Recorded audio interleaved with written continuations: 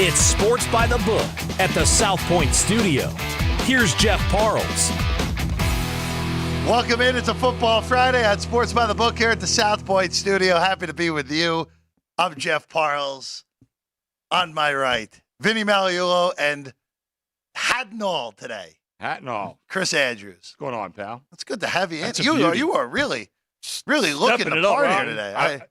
It's hard to see, but this is a Penn State tie. Uh-huh.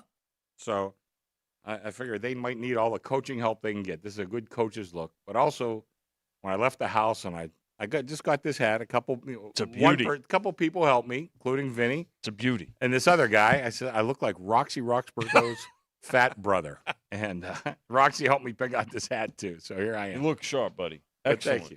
No, I feel underdressed. No, I do Well, too now. You know, the doctor told me to start wearing a hat. Mhm. You know, bald guys, the sun. Yep. We're in Las Vegas, in case you didn't know. You know, there's a lot of sun. The hot's very the sun is very strong here. Sun is strong. So she told me, you better start wearing a hat, kid. So for a long time, I wore a Greek hat. And this is the truth. Okay. A Greek fisherman's hat. My wife and I were in Greece. We were in Piraeus, all the ports, everywhere, all fishermen. I never, swear to God, never saw one person with a Greek fisherman's hat. Not one. Zero. None. Yeah, and in America, when you wear that, they call it a papu hat, which is an old man hat. You know, I said, well, I'm going to wear a hat that's out of style in Greece, you know, so I decided to go with this look. The doctor said, wear a hat and give me a three-teamer. The three teamers don't worry. required. I know that. Surprised it wasn't a five-teamer. That was in our discussion when we were talking. Yes, she definitely likes to make a wager or two. All I will say is, Ryan, you have competition now. Ryan McCormick, of course, the producer of Punchlines with Frank Nicotero, which you hear Monday through Friday here on the stream at noon. Ryan always fancily dressed as well. He is, yeah. Sharp. It's a sharp group. It is a sharp group. That Vinny, is for sure. You're always in a sport coat. Vinny, always in a sport coat. Absolutely. Oh, and again, I got to compete with Vinny because he's got better hair than I do also.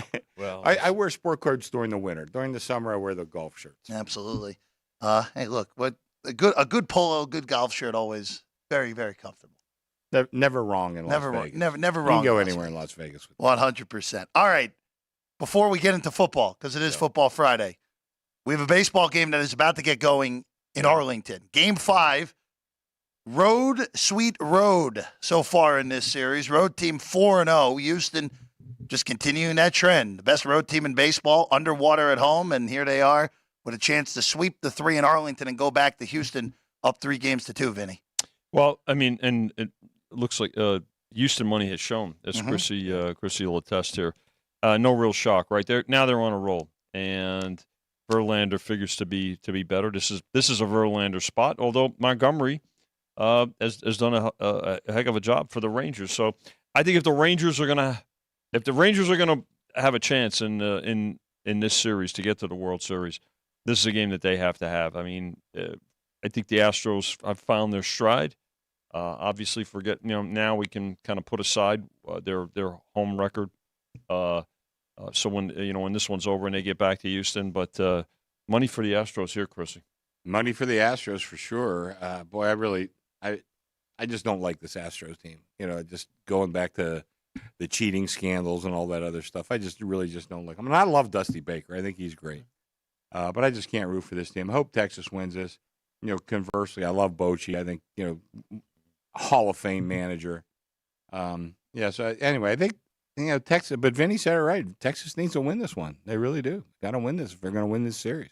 I have no feel at all for either of these baseball games today. Of course, this is the dynamite pitching matchup where Jordan Montgomery looks like old school Andy Pettitte so far this postseason. And Verlander, shaky in game 1 of this series, but it's still Justin Verlander in a playoff spot. So I didn't do anything with this game today. And I don't think it's a surprise either. Money to the over. So not 8.5 to it's been a high scoring 9. series so far. Yeah, so no real surprise that the folks are siding with run scoring. The later game, we'll just hit this one real quick before we get to college football here. Chris Sanchez, Joe Mantiply, the pitching matchup we all dreamed of here today, a bullpen game for Arizona. Diamondbacks got on the board yesterday, dramatic fashion. Ketel Marte, Great game, low scoring, run scoring single in the bottom of the ninth to get the Diamondbacks on the board in the series. You guys opened $1.25 on Philly. They took Philly initially, but the buyback has come on the D-backs here. Yeah, we're at $1.26. No, I know. It's not like it's moved that much. You know, but we're getting some good plays. Baseball handle has been fantastic. Fortunately, we haven't won too many of them, but the handle's been great. Hence the fantastic. Yeah. Fantastic Four. Yeah. That's coming back. The other side of the counter so far. Again, this Phillies are still the favorites to win the whole thing right now in the futures book right now, guys. Yeah. Phillies $1.20. Yeah, 6-5. Still the favorites right now, up 2-1 on the Arizona Diamondbacks in the NLCS. All right, it's Football Friday, so let's talk some football, guys. Let's go real quick here. Vincenzo, SMU at Temple tonight. Another game. Philadelphia waiting for this one tonight, not the Phillies. Temple's a 23.5-point underdog at home, 54 to total on this one tonight in the AAC. SMU getting the money here, right? I mean, 20 on the opener. They laid everything up to where we're at right now. So, gonna need the Philly side tonight. Yeah, I tried to stay ahead of this. I made the number 23. So I mean, I thought the opener was a little cheap. We tried to stay ahead of it a little bit, but now I think it's come to right about where the number should be. Yeah, Temple, rough go of it so far this year. SMU with a pretty good offense. Yet again, not much of a shock.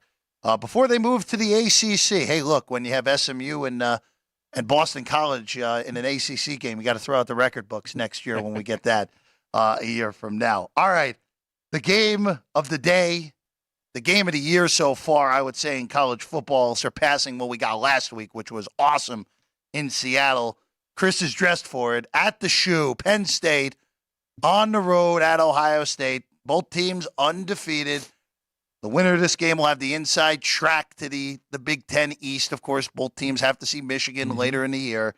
Chris, not a ton of movement on this game for you guys. And, I had a guy, a good friend of ours, who texted me before we went on the air. He said, kind of specify what these two teams would be on a neutral. Sure. And what does the home field mean? Excuse me, I'm still getting over my cold. But now this is my own personal ratings. I give Ohio State a 4-point home field advantage. And I do also have Ohio State 2 points better than Penn State. So I think this number is a little bit cheap. Now, we're doing great business on this one. So no reason to move numbers or anything like that. But I do think the number is just a shade on the low side. Now, I think Vinny thought Ohio State had a 5-point home field advantage. That's, listen, that's why we have gambling. Guys have different opinions. So, but that's mine. Right there. I think my my raw power rating is close to Chris. I just think that this is one of the stronger home fields. Penn State's got a terrific home field as well, right? But obviously we're at the Horseshoe here. So I think a little bit of an edge too. I think the wide receivers. If you look at both these teams have an advantage, right? I would say you give a slight edge to Penn State at quarterback. Both pretty good offensive lines. I think Ohio State has the edge at wide receiver, which is obviously important. So it comes down to, the power rating and the adjustment on the with the home field. Now that doesn't mean you just take what's the difference in the power rating, and then you factor in the home field, and then you just go automatically with the number. You kind of get a feel for what you think and anticipate what bettors are going to do with the number too, and they figure this to be a pretty close matchup. So. Because on Monday opens 4, they laid it. It's been 4.5 ever since. So it's and there's two-way action with it, and there will be. The only disappointment, I guess, is that it's a 9:00 start. But the bettors will they adjust. I've always said that bettors show up. They know it's at 9:00. They know it's an early game. Yeah. So and the beauty of the game for the Saw Point is that the Saw Point is open. It's going to be open all night too. So not just the app, but the walk-up business as well. So a 3-shift town, and the 24-hour aspect helps. And a word about the power ratings. It just gives you a place to start. Yeah, of course. I mean, you're not going to make this number 20. You know what I mean? It just the power ratings just give you. So I made it 6. Vinny maybe likes 5, whatever, or 4 or whatever. But we're right in the ballpark. Yeah. And then from there, you got to figure what's the public going to bet? How do I want to stand on this game? And like I said, we opened at 4. I kind of like the favorite at 4, but I mean, you make it number 6 and it opens 4. I mean, you're going to jump through hoops to go lay the 4? Of course not. So we're at 4.5. The betting's been fantastic on this game, side and money line. Let me check the total real quick because I don't think 45.5. Yeah, we didn't have anything on the total either. Yeah. So it looks like right now this is a fantastic betting game with tons of action and not much movement. This game all depends about the quarterback play for me. Yeah. What are we getting out of McCord? What are we getting out of Aller? Right. McCord, of course, I thought he was okay in the Notre Dame game. He did enough. And, of course, Notre Dame having 10 guys on the field in the last play of the game helps. But it's a different test here now. Since we're in conference play, it's in your own building, so maybe it helps McCord out a little bit. Mm-hmm. And for Aller, this is his biggest test. He's been good so far this year. Now, Penn State hasn't really played anyone leading into this game. So it'll be interesting to see how Aller handles the environment in Columbus, which will be 100,000 strong there at the Shoe, and how he handles playing the best team Penn State has played by a pretty significant margin this year. I just remember some of those old Steelers Super Bowl teams, I grew up adoring, but some of the guys would say, we're not great all the time, but we're great when we have to be. Right. Mm-hmm. And I look at that with Allard right here. He's been good. He's been real good. But if he's going to be great, and I know there's a lot of expectations out of the Penn State people, if he's going to be great, this is a game where he might have to be great. And let's see what he's made of. Not everybody's made for these big moments. 100%. I would lean to Penn State. I'm not betting this game because I think the number is right at that 4.5. This feels like it's coming down to the wire. It's just going to be it's just a matter of will this be a field goal game or will this be a touchdown game? But this feels like a one-score game one way or another with Penn State and Ohio State. All right. By the way, just one other thing you mentioned at the top, Jeff, in a good point. The game of the year. We've had every week we're going to have a game of the year. That's and it's not hype. It's just because of what it does to impact the Final Four and how as we move forward. So last week it was Oregon and Washington. I hope this game's as good as that one. And if this, and if we keep getting these types of games with the kind of ramifications that we're talking about, then that's great for interest and in particular betting interest as well. Absolutely. So absolutely. Plenty of these games, Michigan, Penn State, when it comes. Of course, the big game, the only one that matters to Michigan and Ohio State later in the year. And the Pac-12 may have some say on that as well with the way that conference is going. It will. Quick update in Arlington. A run already for Houston. RBI single Yordan Alvarez, 1-0 Houston in the top of the first inning. A quick start. Another win for the yes run in the first inning crowd. Yes. And they love the bet no. I know. They love the bet no. And I'm so glad. It's one of those things I'm so glad I started doing. Right. No, it makes sense.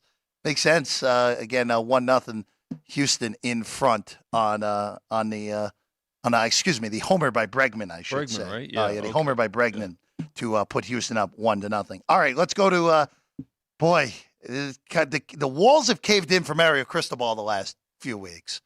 To put it politely, for Miami. Self-inflicted 2 weeks ago. Last week, I mean, what are you going to do? You just got outplayed by a really good team on the road. UNC is good. And now Miami returns home to take on Clemson here. As we know, down year for the Tigers. It's not going to be a playoff year. It's probably not even going to be an ACC title game year for Dabo Swinney and company. Chris, you guys opened this at 2.5 with Clemson laying it on the road, and the bettors have taken this all over the joint. Yeah, I like to do my charting before we get on here just to see. I made the game 1 myself. Clemson won, even considering Cristobal is the guy calling the shots for Miami, Florida. But we did open 2.5. They laid me 2.5. They laid me 3. I wound up going from 3 to 4 just because it looked like I needed to stem the tide at that point. They took the 4. They took the 3.5. And right now I'm doing really good business at the 3.5, although I see mostly 3 out there. But, if you're looking for some dog play, and I kind of favor the dog, but I have to go with my action. My action right now is on Clemson. I could definitely use a bet on Miami, so I would certainly take one. I think last week also was a bit of an emotional carryover, a psychological carryover that went against Miami. Again, not taking anything away from North Carolina. I mean, they're positioned to be in the ACC title game, right? It looks like them and Florida State. So, but this could be a spot now where I think here's the challenge for Mario Cristobal. All right, let's get back on track. Let's relieve the pressure, okay? Let's put aside the title game. Let everybody else take care of their business. Let's take care of ours and get ourselves positioned as best as we can to get to a very lucrative bowl game at this point. You have to shake it up. So I think that's his greatest challenge here. And again, when you look at Clemson in the last couple of weeks, they've improved. They've since they stumbled early, they've righted things as well. So this figures to be a good game. I think Chris hit a really good point. I think bettors are finding a reason to take side with both of these teams, and that's certainly good from our perspective. I don't like Dabo as a person. I just don't like his whole act. But he is a good football coach. There's no doubt. And I think this team has improved from early in the year. And whether they continue or not, that kind of remains to be seen. But I can see the money showing for Clemson. I do kind of like Miami in this game, though, plus anything over 3. This feels like a reasonable spot for Miami coming off of what has happened to them the last 2 weeks. A vulnerable Clemson team going into their building down at Hard Rock Stadium. Mm-hmm. I'd love to see it get back to 4. I don't think that's going to happen. I don't think so. But at 3.5, I think that still would be a take with Miami for this one. And if Clemson beats you, so be it. It is a coaching advantage. Even though Dabo the motivator, I know is at the top of the field. Dabo the football coach, since he lost his 2 coordinators. Yeah, the not the same in-game guy, coach. man. Yeah, I understand. Not the same guy anymore. But it's a big picture. Oh, yeah. There's not just one thing involved with coaching. All those things matter. 100%. All right, let's go to the team that's been in the news for some fun Belichickian stuff this week. Yeah. Michigan in East Lansing to take on their in-state rival Michigan State this weekend. Chris, not much here. 24 to 24.5, back to 24 on Michigan laying it. Total's been bet down from 48 to 46, but all the eyes will be on this game because of the nonsense off the field with this signal stealing, which is not even technically against the rules. The way they went about it is what's against the rules. I tried to follow this a little bit. I think a lot of the NCAA stuff is really ridiculous. But essentially, the guy bought a ticket and went to the game. But I think he did more than that. I think that's the Michigan side of things. But I think there's more to it. But that being said, I made the game 24. We've had very little movement on it. The total, just a little bit of play, not much at all. So all the numbers look fine. But Michigan State has pulled some surprises here. That one punt from what year was that, Jeff? Do you remember that? That was Harbaugh was there, but that was early in the Harbaugh tenure where the Michigan punter dropped the snap, and then Michigan State returned on the last play of the game for a touchdown on the last play of the game. And Michigan fans just sitting there absolutely stunned, including Harbaugh. And that was I needed the dog in that game, so I was kind of happy with it. Although I don't think I bet the money line. Game of the year for Michigan State. I mean, really, from a recruiting standpoint, from a psyche standpoint, everything that's going on there too. All of a sudden now the public opinion shifts from everything that was going haywire at Michigan State now going to Ann Arbor. Look, everything is amplified in our society today. Did they do something wrong? Look, Every team, every staff, everybody's trying to look for an edge, especially in this day and age of technology and which social media gets involved in this and that. So to us, focusing on I think if you're Michigan, you don't want to get lose sight of don't look ahead here. But Michigan State certainly, if they're going to start on the road to recovery as a program, then this is an important game for them. Michigan State took an absolutely insane loss last week to Rutgers. Up 3 scores going to the fourth quarter, and they lose the game and still covered because Rutgers botched the PAT. But it really just a ridiculous loss the Spartans took a week ago. Again, it just kind of depends on what are we getting out of a Michigan State team that has had a whole mess off the field, obviously, with everything that's happened with Mel Tucker. We'll see. We'll see what ends up happening in this one. I can't possibly do anything with this game because Michigan smoking them would not shock me, and it would not shock me if Michigan is flat with what the week they've had. 3.5 touchdown favorite. Yeah, 24 the number right now. All right, let's go to this interesting one. Speaking about losing in ridiculous fashion, West Virginia lost in ridiculous fashion last week. A Hail Mary at the hands of Houston in that one last week. And it was their first conference loss. So Oklahoma's the only undefeated left in the Big 12 now. They welcome in the Cowboys of Oklahoma State. It looked like the Cowboys were in for a bad year. They got blasted 4 weeks ago by South Alabama at home. They lost at Iowa State in Ames. All they've done since then is upset K-State and Kansas in back-to-back weeks, and they've gotten it back to 4-2 on the season. So a nice little comeback by Gundy's squad here. Chris, they're 3-point underdogs on the road in Morgantown in this one. Yeah, the mullet. Another guy. I think not crazy about him as a person, but he is a pretty good coach. The guy's been doing it for a long time. I had them rated fairly high coming into this year against what most people thought. But after the first couple games, I lowered the hell out of them. I got to tell you, I was going with the kind of the public mantra that they weren't very good. But they've kind of come back a little bit. And I still think West Virginia, I think, is a pretty good team. That's another team that's kind of surprised me a bit. I think is pretty good. I think this number is a little bit cheap right now. I'm looking. We don't have a whole lot of movement or play on this game. But we do have a lot on the total, and mostly to the under.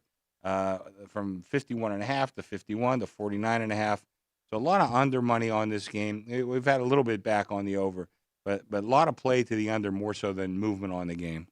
Oklahoma State, credit Gundy for the things that he's turned around. I mean, I'm with Chris. I had to lower them considerably because they really lost a lot in a transfer portal. There were teams that we talked about that did quite well and benefited from the transfer portal. There were teams that did not. Oak State and Iowa State were both two teams that they've been playing much better lately. So that you have to attribute to coaching. I give Gundy credit here. So, but this game back now in Morgantown, which is also it's a difficult place to play for a variety of reasons. One of them is because it's a difficult place to get to. Yeah, it's not a great. Exactly. It's not an easy travel. So. It certainly bears noting there, and when the game was at 3, I could see where there would be money. They took 3.5 with the Cowboys, but I could also see folks siding with West Virginia here as we get closer to kickoff. Yeah, this is one of those where with the hook, I would have taken Oklahoma State. Now at 3, missed the best of it, stay out of it. This game landing 3 makes a whole lot of sense to me. Yeah, I see a 2.5 out there, so I don't think we're going back. No, I know. I would say it's probably going to go the other direction at this point. Something like 27-24. That makes a whole lot of sense to me, which would push this game over the current total of 49 on this one. West Virginia, I can't really figure out West Virginia, though, because Green can't really throw, and then last week he had to throw, and they still moved the ball against Houston. That defense was really good early in the year, and then gave up 8 yards of play in that ridiculous Hail Mary to a Cougar team that I think is still the weakest in the Big 12. Can't really figure them out. So in the end on a 3, we'll stay clear of that one. All right, Florida State, legitimate national title contender here. They welcomed Duke in. No Riley Leonard a week ago, no problem against NC State, who's really going the wrong way. Chris, right now, you guys are sitting the Seminoles at home, 14.5-point favorites against the Blue Devils. The total back to the opener of 49. Yeah, this is another one. Really good two-way action. They took the 14 originally. I went to 13.5, and they laid me the 13.5, laid me the 14. So I'm at 14.5. Not really too out of balance on the game. Made the game a little bit higher. I made it 16. So again, right in that area. So I think 14.5 is a fine number. I think if you are betting Florida State, just beware that back door being open, because I think Duke can definitely put some points on the board. And if Florida State's up 17 late or 20 late, I think Duke has a great chance of covering. So this is one of those games where if you bet the favorite, you got one way to win it: blow them out. Yeah. If you bet the dog, you got three ways to win it: hang tough the whole game, beat them outright, or come through the back door. So if I was betting this game, even though my number Duke or pass. Chris brings up an important point. The fact that this is sitting at 14.5 and did not get grabbed right away, leads me to believe that it probably will go up. So, but if you're looking for the dog, then just wait a little bit. But, typically when a game goes from a 14 to 14.5, pros will tell you right away what they're going to do or not do. And in this case, they're not taking the 14.5 because they probably think it's going to go a little bit higher. And I think the public's going to help drive it higher as well, Chris. That's a great way, Vinny, to explain to our listeners and watchers out there that a good way to not handicap the game, but handicap the action. Moves away from that key number, and the wise guys don't jump in to take it. Yeah. I mean, what are they waiting for? Yeah. They're either waiting for a 17 or they're looking to play the favorite if they could find a 14. So moved away from that. And we see that on 3s and 7s and 10s and 14s, numbers like that. But this would be a good indicator that probably the wise guys are not going to come in on the dog. But there's a lot of head fakes out there and a lot of late movement. And like I always like to say, there's no wise guy union. Some guys might like the dog and decide to take the 14.5, but so far they have not really done that. And a 4:30 Pacific start, late which one is going to impact, I think, some things in terms of carryover, right? For the number. Again, with this one, Leonard, it's not going to be Leonard. Doesn't look like it. Doesn't look like it's going to be Leonard. When I made my number, I assumed he was out. Right. His backup last week didn't have to do anything. He threw one long touchdown pass. He only threw 12 attempts. Didn't have to do much of anything because NC State was inept on offense. Duke is better. Yeah, Duke is definitely 100%. All right, let's go to the one of the Commander-in-Chief games here. Air Force and Navy, the matchup in this one. The Falcons opening 11.5-point favorites. Chris, the bettors have taken the midshipmen down to 10 at home in this one. And the total, not a shock here. Service Academy game. We all know Service Academy unders and all that. Open 36, down to 33.5 now. Well, there's another one. My power ratings come to like a pure 13. You ain't opening 13 on this game. Nope. I mean, they're always playing to almost one score. So I opened at 11. I thought that was plenty high. It was too high. They took the 11. They took the 10.5. I'm sitting at 10 right now. Played the game under. All that makes sense from a handicapping standpoint. But you know what? I love watching these Service Academy teams, and I always kind of root for them. And I think I mentioned last week on the show, Air Force particularly, I always root for, because I always say, I watch these guys play football, and I'm glad they're the ones defending this country, because they just have a lot of guts out there playing. But this should be a really, really good game. I mean, if it gets lower, I think you might be able to take a look at the favorite, because I think Air Force is actually a pretty good team, much, much better than Navy. But these games certainly take on a life of their own, and it's usually a very close, low-scoring game, as the total would indicate.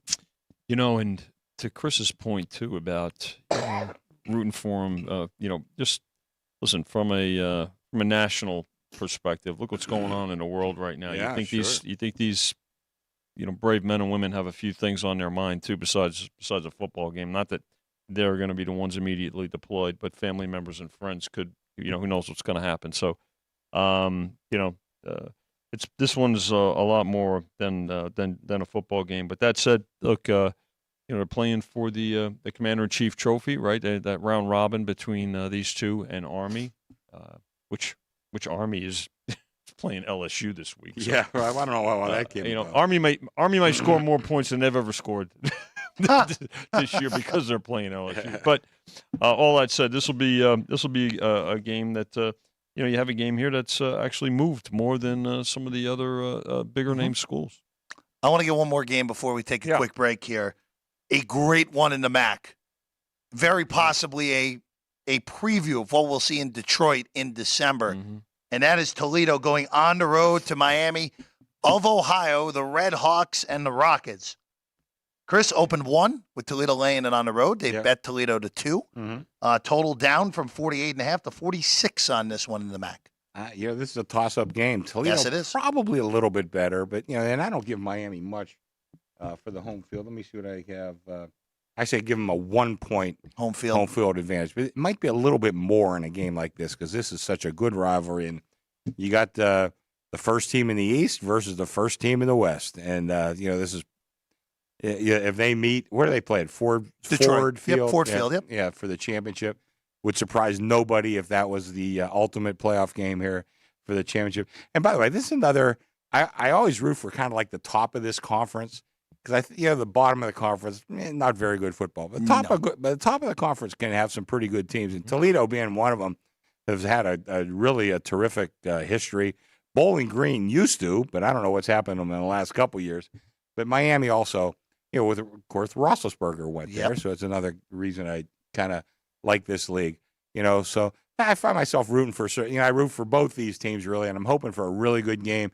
Just like I kind of root for the service academies because I like those people that are there, and I kind of like the brand of football that they play at the top of this league. This is an interesting spot for Miami of Ohio, actually, because you get Toledo, who is considered the best team in the league in your building, and then next week you play Ohio in Athens, where that game will probably determine who the East representative is in Detroit. So get the two best teams in the conference back-to-back weeks if you're the Red Hawks. And they'll draw money line attention too. Right? I think they should this week. There'll be more money line on the dog. I think more money line play on the dog simply because it's basically a pick'em game. Toledo is coming off a really bad performance, even though they won a week ago. They only beat Ball State 13-6. Yeah, but to Vinny's point, we went from 1 to 2 in the game, but I have money on the money line on the dog. Yep. So. But I mean that makes sense too. Why take 1 or 2 if you take plus a dime? Exactly. 100%. Take that better price on the Red Hawks. Again, 2-point dogs right now against Toledo. All right, we're going to take a quick break. When we get back, the lowest total of the year in college football, and it's only been bet lower from year it even open. I'll tell you about that one and more when we get back. Sports by the Book here at the South Point Studio.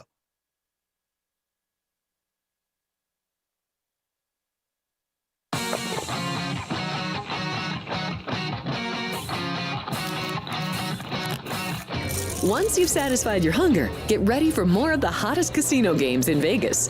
Our 24-hour, 30-table non-smoking poker room proudly hosts all the most popular poker games with a variety of betting limits. Visit the poker room for a schedule of daily tournaments.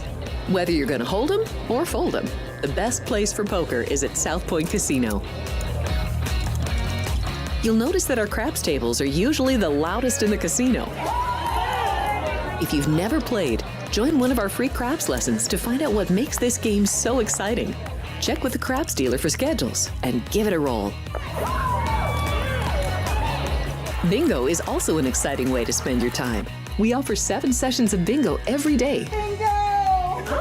And each session includes a cash ball jackpot, 12 bingo games, a progressive double action game, and a $10,000 bonus coverall. Electronic units are available. If you haven't played bingo with us, give it a try today. Guests can also get in on the action at our one-of-a-kind race and sports books. 2 separate rooms designed to maximize your experience and comfort. Our sports book, with over 400 seats, puts you right in the middle of the action, 24 hours a day. The friendly ticket writers are happy to help, and it's conveniently located next to the famous Del Mar Deli, where you'll find supersized portions of delicious deli items like roast beef, pastrami, and Reuben sandwiches, or soups, salads, and pizza. Plus spectacular desserts fit for a king. And right next door is the race book. Over 150 seats, each with its own TV screen. There are 16 interactive player terminals, so you can bet right from your seat.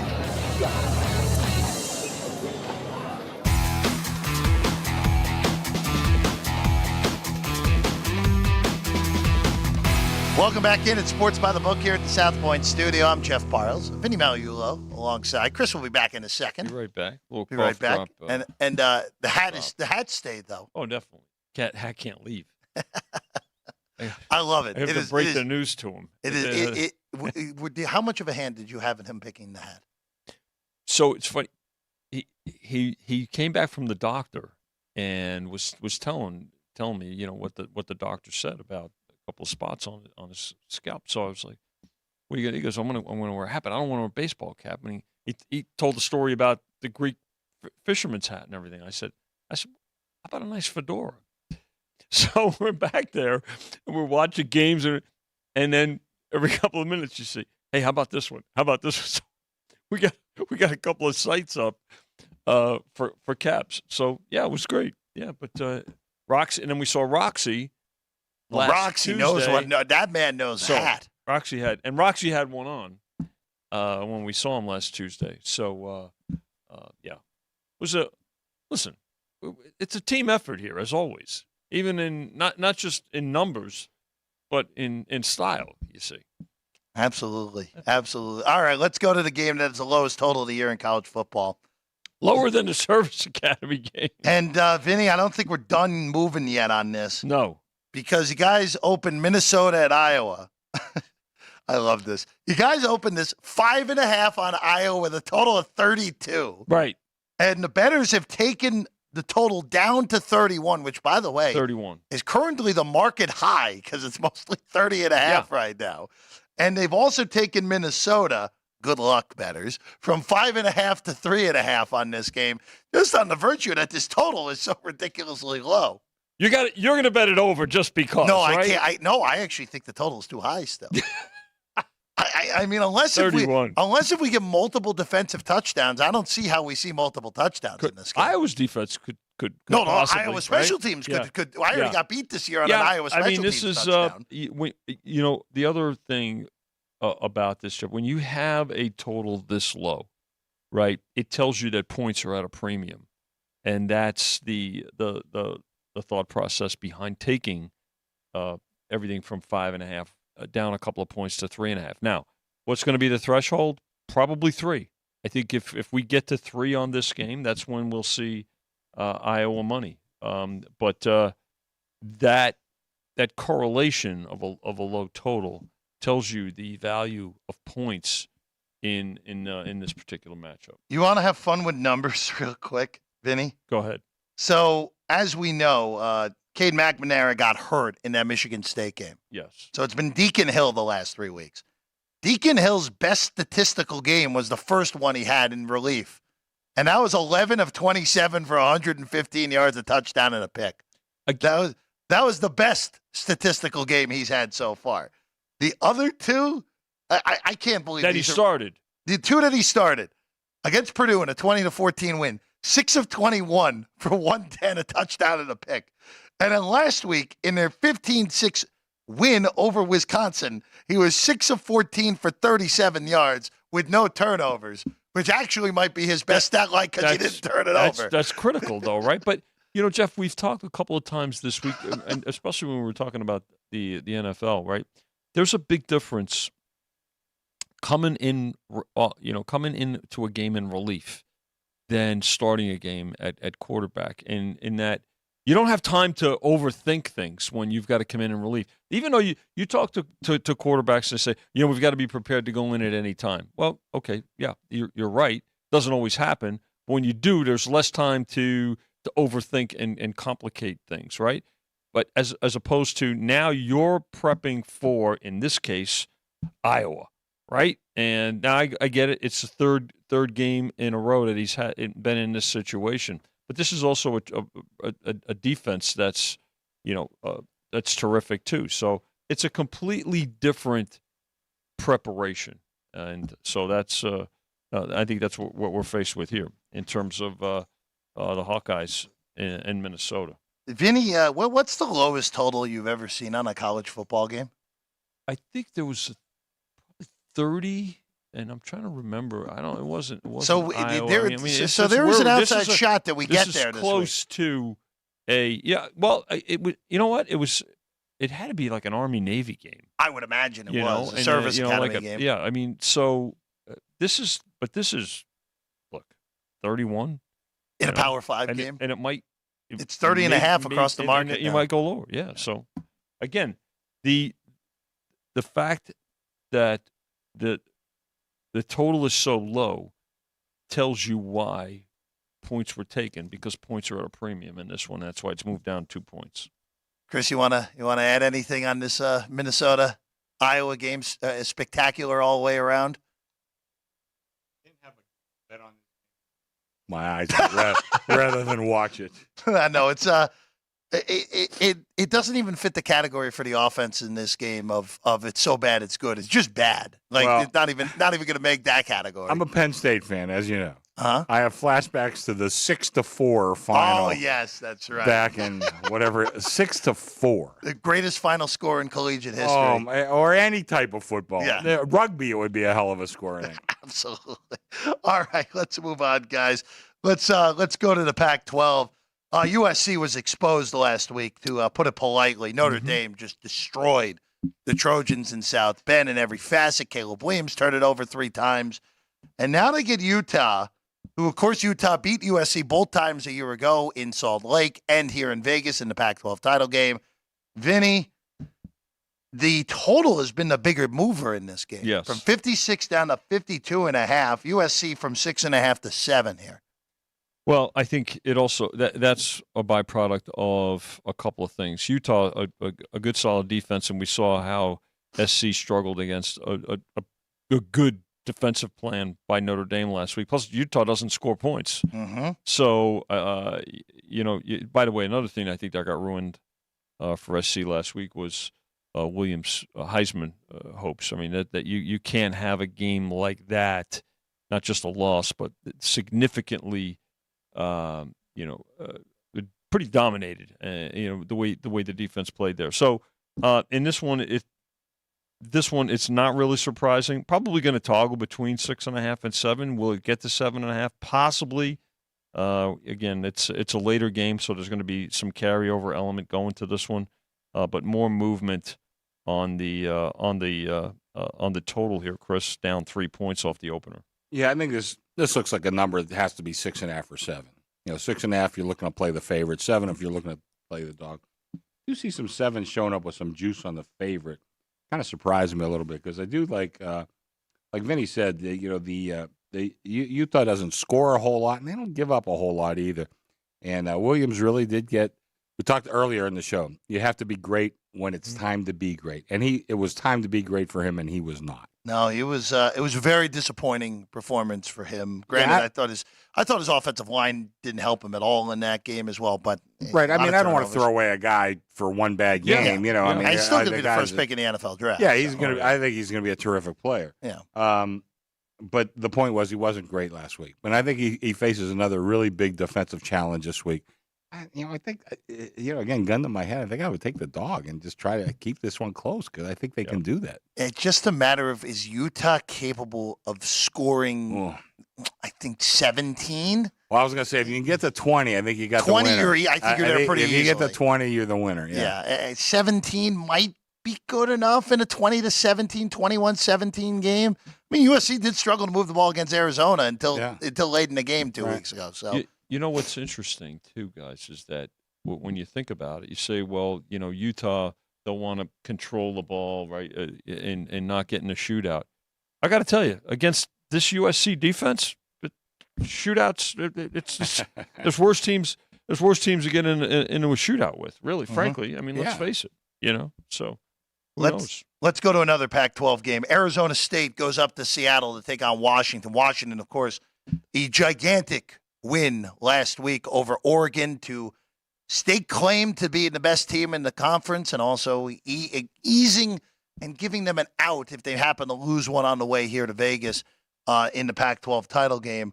Arizona State, is Arizona State still power rated last in this conference, Chris? Are they ahead of Stanford? Or are they behind Stanford after what happened last week? I have them higher than Stanford. Okay, so even with whatever that was last week from Coach Prime, Arizona State still not at the bottom. Chris, a 28 opener, bet to 27, now back to 27.5.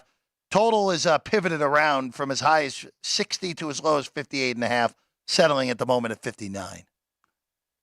Well, again, power ratings, I have Washington higher. Yeah. But you just have to wonder. I mean, first of all, Washington and Oregon, and sometimes around the country, you don't realize how bad those two schools hate each other. I mean, there's a lot of vitriol. A lot of them are recruited by the same guys, come from same areas of the country. A lot of them from California, and a lot of them from the mountain states as well. But I think this is that was such a big game for Washington. And listen, these are 18, 19, 20-year-old kids. You think they're not reading the press clippings and going to parties and doing all that other stuff all week? You know that they are, and they might not be taking this game all that seriously. I think they're clearly the better team, more than 27.5 points better. But I don't know that it's going to be tough to back them in a spot like this, coming off a win like they just had. Look ahead or let down more than anything else is what I think the coaching staff has to guard against. And by the way, I'm going to credit Washington for that victory last week, but you talk about some questionable coaching decisions throughout the game that certainly they took advantage of. Hey, give them full marks. But in this one here, I could see them starting off slow. You would want them, if you're going to bet the dog here, if you're going to try to grab 4 touchdowns, you're hoping for a slow start because of a little letdown after last week. I think this is the classic take the points with Arizona State and hope you get a sleepy start out of Washington. Yeah. That once they wake up, you're or even just take a big number in the first half with Arizona State. There you go. And not even mess around when Washington wakes up in the second half. That would be another way I'd look to do this as well. That'd be a good way to do it. Yeah, this. Let me see what I got that first half. I didn't write that down. Arizona State, while you're efforting 16.5, 17. I'm at 17. Yeah, I would. In all honesty, I'd rather take the 17 in the first half than the 27.5. That's the spot. Yeah. All you need is a touchdown out of Arizona State, and you're probably a worse touchdown. Yeah, you're probably golden. 24/7 would probably be one of the worst case scenarios in that. In every first and second half available here. 100%. At Top Point. You can take them twice. You double dip. Yeah. You can do it. By the way, we got money lines on those first halves there you too. go. Not everybody has those, but I'm going to tell you, I do not want Arizona State on the first half money line. I do not want that. I'll take my points. That's probably a wise decision. We are obligated to just make sure you're aware of it. Oh, no, that's good. Jeff, that's good. We have it. That's good. And that's important. And that's important. Just having it is more than half the game at this point. I've sweated some of those first half dogs this year. Trust me. Absolutely. All right, let's go to the other team involved in that game last week, Oregon. I know it's weird to say. I came out of a loss for the Ducks feeling even better about them. That team is really, really talented. That defense, even though Penix did what he needed to in that game, that's still a really good defense. Yeah. I felt pretty confident about Nix. I know people got on Lanning for that 4th down decision at the end of the game. I did not have a problem with it because if you pick it up, the game is over and Penix doesn't even touch the ball. And quite frankly, I thought if that ball got back to Washington, regardless of where it was, Penix was coming down and leading a touchdown. So I didn't dislike that decision. They get Wazoo this week. Back-to-back really bad performances by a Cougar team that I thought was actually pretty good. They can't score against UCLA. At the Rose Bowl, they lose that game, and they just got destroyed at home last week by Arizona in one of the more perplexing results of the week last week. Chris, this is 20. Total 60.5. It's kind of the same deal even with the loss last week for Oregon, where it's almost like, all right, well, maybe it's a letdown coming off that deflating loss to Washington for a half against Wazoo. Well, I don't know. I don't think that's the way Oregon will respond. I think they respond a little more in anger. But you have to look at Wazoo like, what the heck happened? I have a grading system. I'd have to check. But their grade may have been the biggest aberration to their power rating that I've had all year. I'd have to check. There's been some big ones, obviously. But that one has to be right up there. 44-6 last week. Just incredible, because I thought they had played well. We talked about them earlier in the year, about them and Oregon State being, two very solid Pac-12 teams, which really translates to meaning that they were very good teams. Mm-hmm. And by the way, just to go off on it for a second, Would you like to see both Oregon and Washington in the 12-team playoff this year? Oh yeah. And Oh, by yeah. the way, I want to see one of these SEC teams going up to, Oregon would be Oregon, Washington, Penn State, Columbus, Michigan. Good luck. Yeah, Notre Dame. In December and January. Yeah. I'm dying to see that. But Well, anyway, we'll get it in the 12-team playoff. Sooner or later, you're gonna get it. We're gonna get it. Alabama or Georgia having to go on the road in an 8-9 potentially, or an Ole Miss in an 8-9. listen, I agree. I don't even know if Lane owns a winner coach. SEC is the best conference, but they also stack the deck.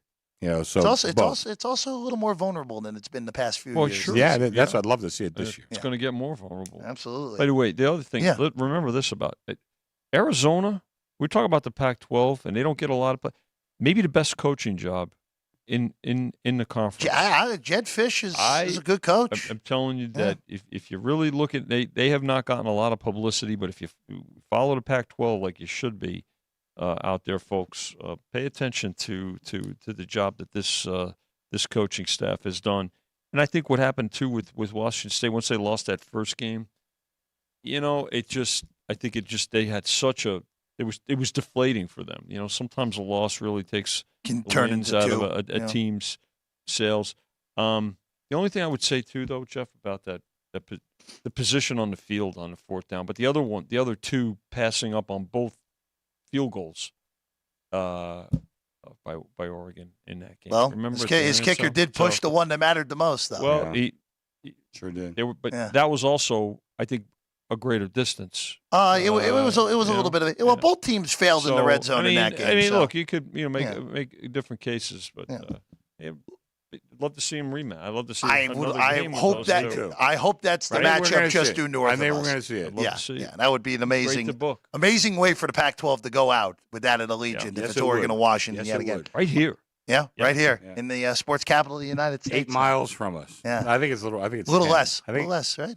No, because 8 is to the Mandalay Bay. Oh, okay. So then it's probably about 8.5 then. Yeah. I don't know. Not even. Let's go to Oklahoma next. Let's go to Norman. This is a 9 a.m. Pacific kick. Sooners undefeated. The only one left in the Big 12. They get Central Florida. Chris, you and I were talking about this before the show. Those new additions to the Big 12. Houston, Central Florida, Cincinnati, and BYU have been dreadful so far this year in conference play. 2 wins combined between the 4 of them. BYU had a win over Cincinnati. Yeah. And Houston's win over West Virginia was ridiculous. Had them all the way. Exactly. Central Florida also blew that ridiculous lead to Baylor, who may not be any good also. Yeah, Baylor's also a 3.5-point dog this week. Yeah, at Cincinnati. I kind of like Baylor, actually, in that game. But Central Florida, Chris, you opened them 20, and the bettors have taken them with Plumlee returning this week. He played one series against Kansas and then couldn't continue 2 weeks ago. 17.5 now. Oklahoma laying it against the Knights, so the total is 68. Yeah, they've come in on the dog in this one. No, let me see my notes here. I really didn't have a firm opinion on this one. I think I kind of favor Oklahoma a little bit. I think they're just so much classier than this other team, and I think the rest of the league has kind of shown that to be true. That these other teams, these newcomers, really aren't up to the class yet of the old original Big 12 teams. This could be another case of maybe a first half play on the dog. But you mentioned the Baylor game, Jeff, which I thought was good. They pounded Baylor in that game. And then choked against UCF. Yeah. And here they are now going with UCF in a much more difficult spot on the road against the best team in the conference. So I think that what you're seeing there is, and this is not your casual fan. This is not your no. public It's a sharp better on Central Florida this week. Money that's saying probably maybe a slow start here, particularly with them being alone at the top. Weird spot for Oklahoma because they're coming off the bye, but we all know what happened the week before the bye. Mm-hmm. The dramatic come from behind win against Texas. Mm-hmm. So it's one of those weird ones where if this was immediately after Texas, it'd be like, all right, letdown spot, perfect. But after the bye week, the letdown spot may not be there as much as it would have been if this game was immediately after that Longhorn game. Or they've for 2 weeks they've heard Or how, they've been fantastic they are. Well, that's also possible as maybe. well. I look at the 20. I like Central Florida. Now it's 17.5. I'm not going to bother. I'd rather just have that big number instead of the one that could very easily get toasted. Once again, what key number are you looking at to see which way that it's pulled against? You're looking at that 20 where it pulled against there, or you're looking at that 17 where it hasn't gone down in there yet. So I think we're in that sweet spot right now. And, you're looking to play dog, you're looking to play favorite. I would say most certainly get the best of the number. Yeah, there's 117 in the market right now. Yeah. So that would be where you want Oklahoma on that one. All right, let's go to T-Town here, Tuscaloosa for this one. Alabama and Tennessee. Boy, Tennessee kind of sleptwalked that whole way against A&M last week, but it didn't matter. Still found a way, covered that game, won by a touchdown. Alabama fell asleep in the middle of that game last week against Arkansas. Total control of 3 scores, and then all of a sudden, the Hogs came storming back, got it to field goal, and had the ball with a chance to tie the game late and couldn't do it.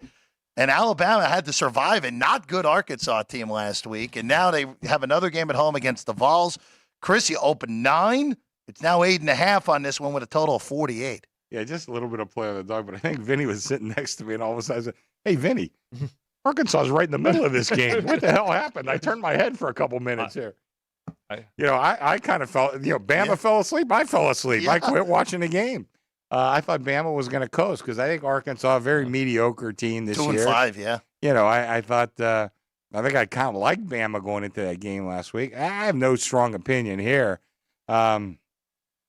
I just don't know how good Bama is, Jeff. I see them one week. They look like they could challenge for a national championship, and then you had the game last week. And now all that being said, I went into this year, I really thought Tennessee was going to be a bet-against team, and I think they have been, about what I thought they were going to be. Nowhere near as good as last year. The SEC East is in a very weird spot right now. Vinny, you and I talked about this on Monday with the injury to Bowers for Georgia, where Big one. Yeah.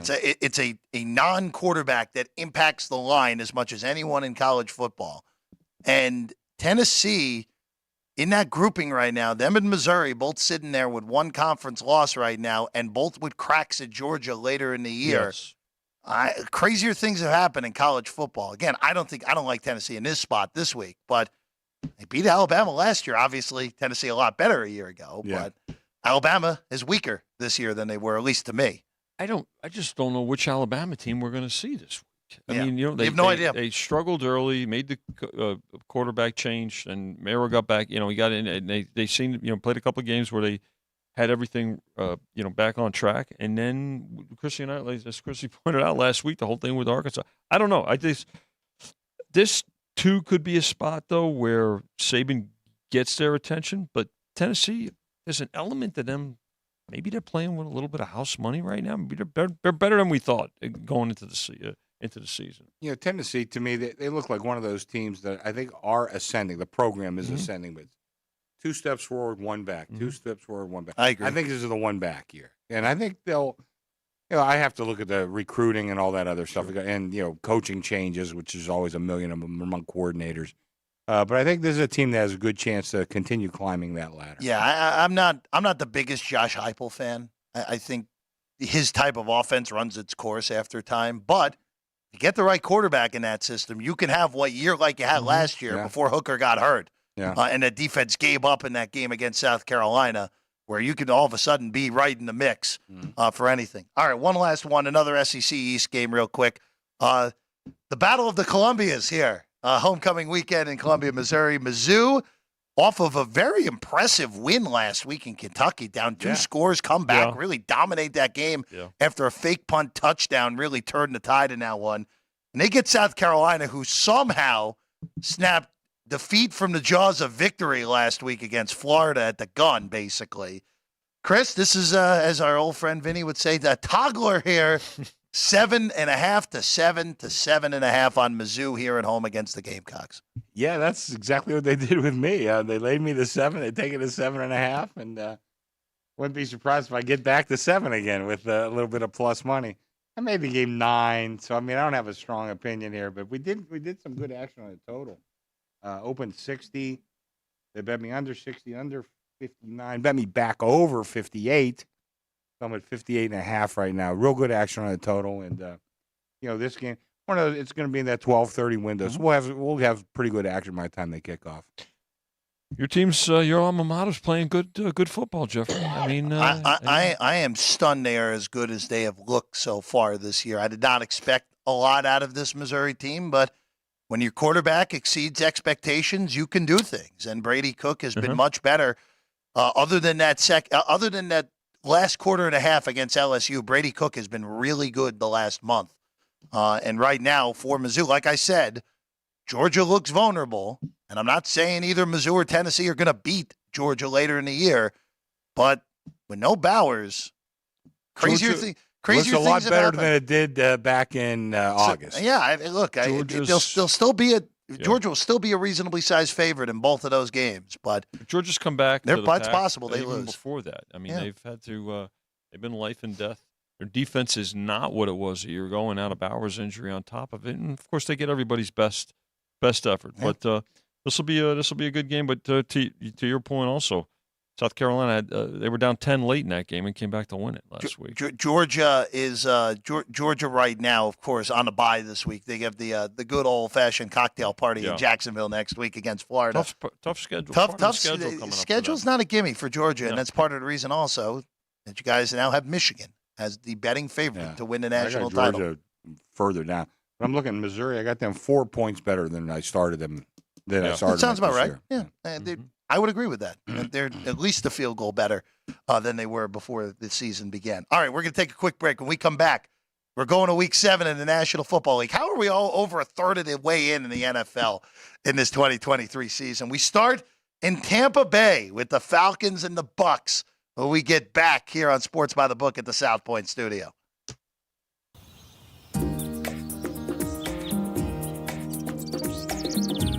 South Point is also proud to provide a variety of relaxing amenities for the guests who want to be pampered. Soak up the sun and let your stress melt away in our lagoon-style Paradise swimming pool.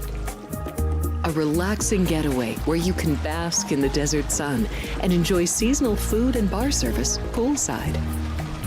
And if you really want to escape, come to Spa Costa del Sur. From couple suites to a co-ed wet area, our spa caters to business and leisure travelers who want to unwind and elevate their senses. A visit to one of our spa's steam, sauna, or whirlpool treatment rooms will leave any guest feeling like they can take on the world.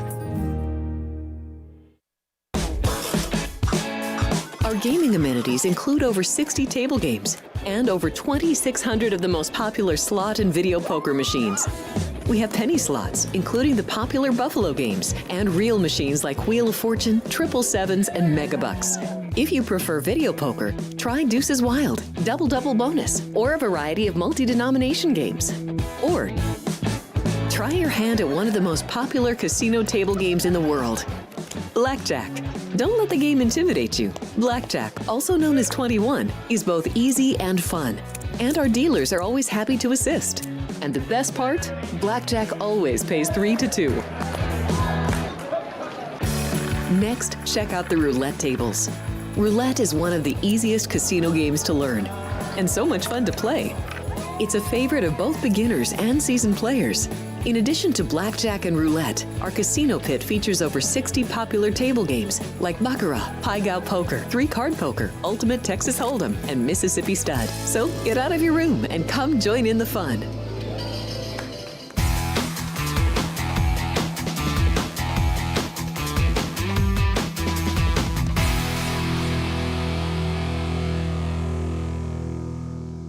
Welcome back in Sports by the Book here at the South Point Studio. I'm Jeff Parles. The crowd is here right now watching some baseball. Nice crowd. That Alex Bregman homer holding up right now. Still 1-0 Houston as they play in the bottom of the 5th inning. And I'm not overly surprised that we're getting vintage Justin Verlander so far. Answering. 3 1/3 innings, only 1 base runner, 39 pitches. Vintage Verlander so far in Arlington in a 1-0 game, Vinny. No, I listen. Veteran guy in a veteran spot. Again, we talked about it at the top of the show. I think the key for the Rangers is, especially after going up 2-0 in Houston. Psychologically, this is a game they have to have. Let's go to the NFL, guys. A few teams on bye this week, so a little bit of a shorter card here in Week 7. Let's start. We'll go in rotation number order. Boy, the second game on the rotation number is going to be a whole lot of fun with the news that came down during the show earlier. But we'll get to the Raiders and the Bears in a moment. But the Atlanta Falcons will be on the road at the Tampa Bay Buccaneers. Bucs last week, sometimes you just run into a really good team, and a really good team does what really good teams do. And Detroit has to be considered a really good team at this point. Do. As the Lions went in there, inflicted their will on the Bucs, and beat them 20-6. The Falcons, on the other hand, had every opportunity to beat the Washington Commanders last week, and Desmond Ridder just said no thank you. With multiple turnovers in the fourth quarter, the Commanders go on the road, hand the Falcons their first home loss, 24-16. The drop Atlanta to 3-3. The Buccaneers are now at 3-2 after that loss a week ago. And Chris, game in Tampa. The theme of the week is we got low totals across the board because scoring is way down this year in the NFL. From 40 to 37.5 on the total in this game, and the spread hasn't moved. You opened 2.5 on the Bucs, and you've stayed there the whole week. I would tell you this, though, and we had lunch with a guy yesterday, Vinny, in our group. We got about 8 or 10 of us, I guess. Try to get together as often as possible. We got together for lunch last week. One of the sharper guys in our group said he blindly bet every game this week over. Okay. There's going to be an overreaction to every game going under last week. He's 1-0 so far. Yeah. And I thought last night was going to be an under, well into the third quarter, So he's 1-0. So I'd be careful with everybody pounding these unders, but that is what they're doing. Everybody remembers what they've seen last. I don't have a strong opinion in this game, but I did think that Atlanta should be a solid 3-point home favorite. I really think that. And I don't. Tampa should be a solid 3. Tampa, I'm sorry. Yeah. Tampa, and I'm not big on the home field advantages this year. 1.5 is a big home field advantage, but that's what I give Tampa Bay. And I thought they should have been a solid 3 here. Yeah, I think only 3 games last week went over. So so to Chris's point, pay attention to that and look at last night. Maybe an indicator of what we're going to see the rest of the weekend. But that said, the Bucs' 2 losses this year are Philadelphia and Detroit, 2 very solid teams, 2 teams that are in first place in their respective divisions and figure to be playoff teams, right? But again, Bucs find a way to battle.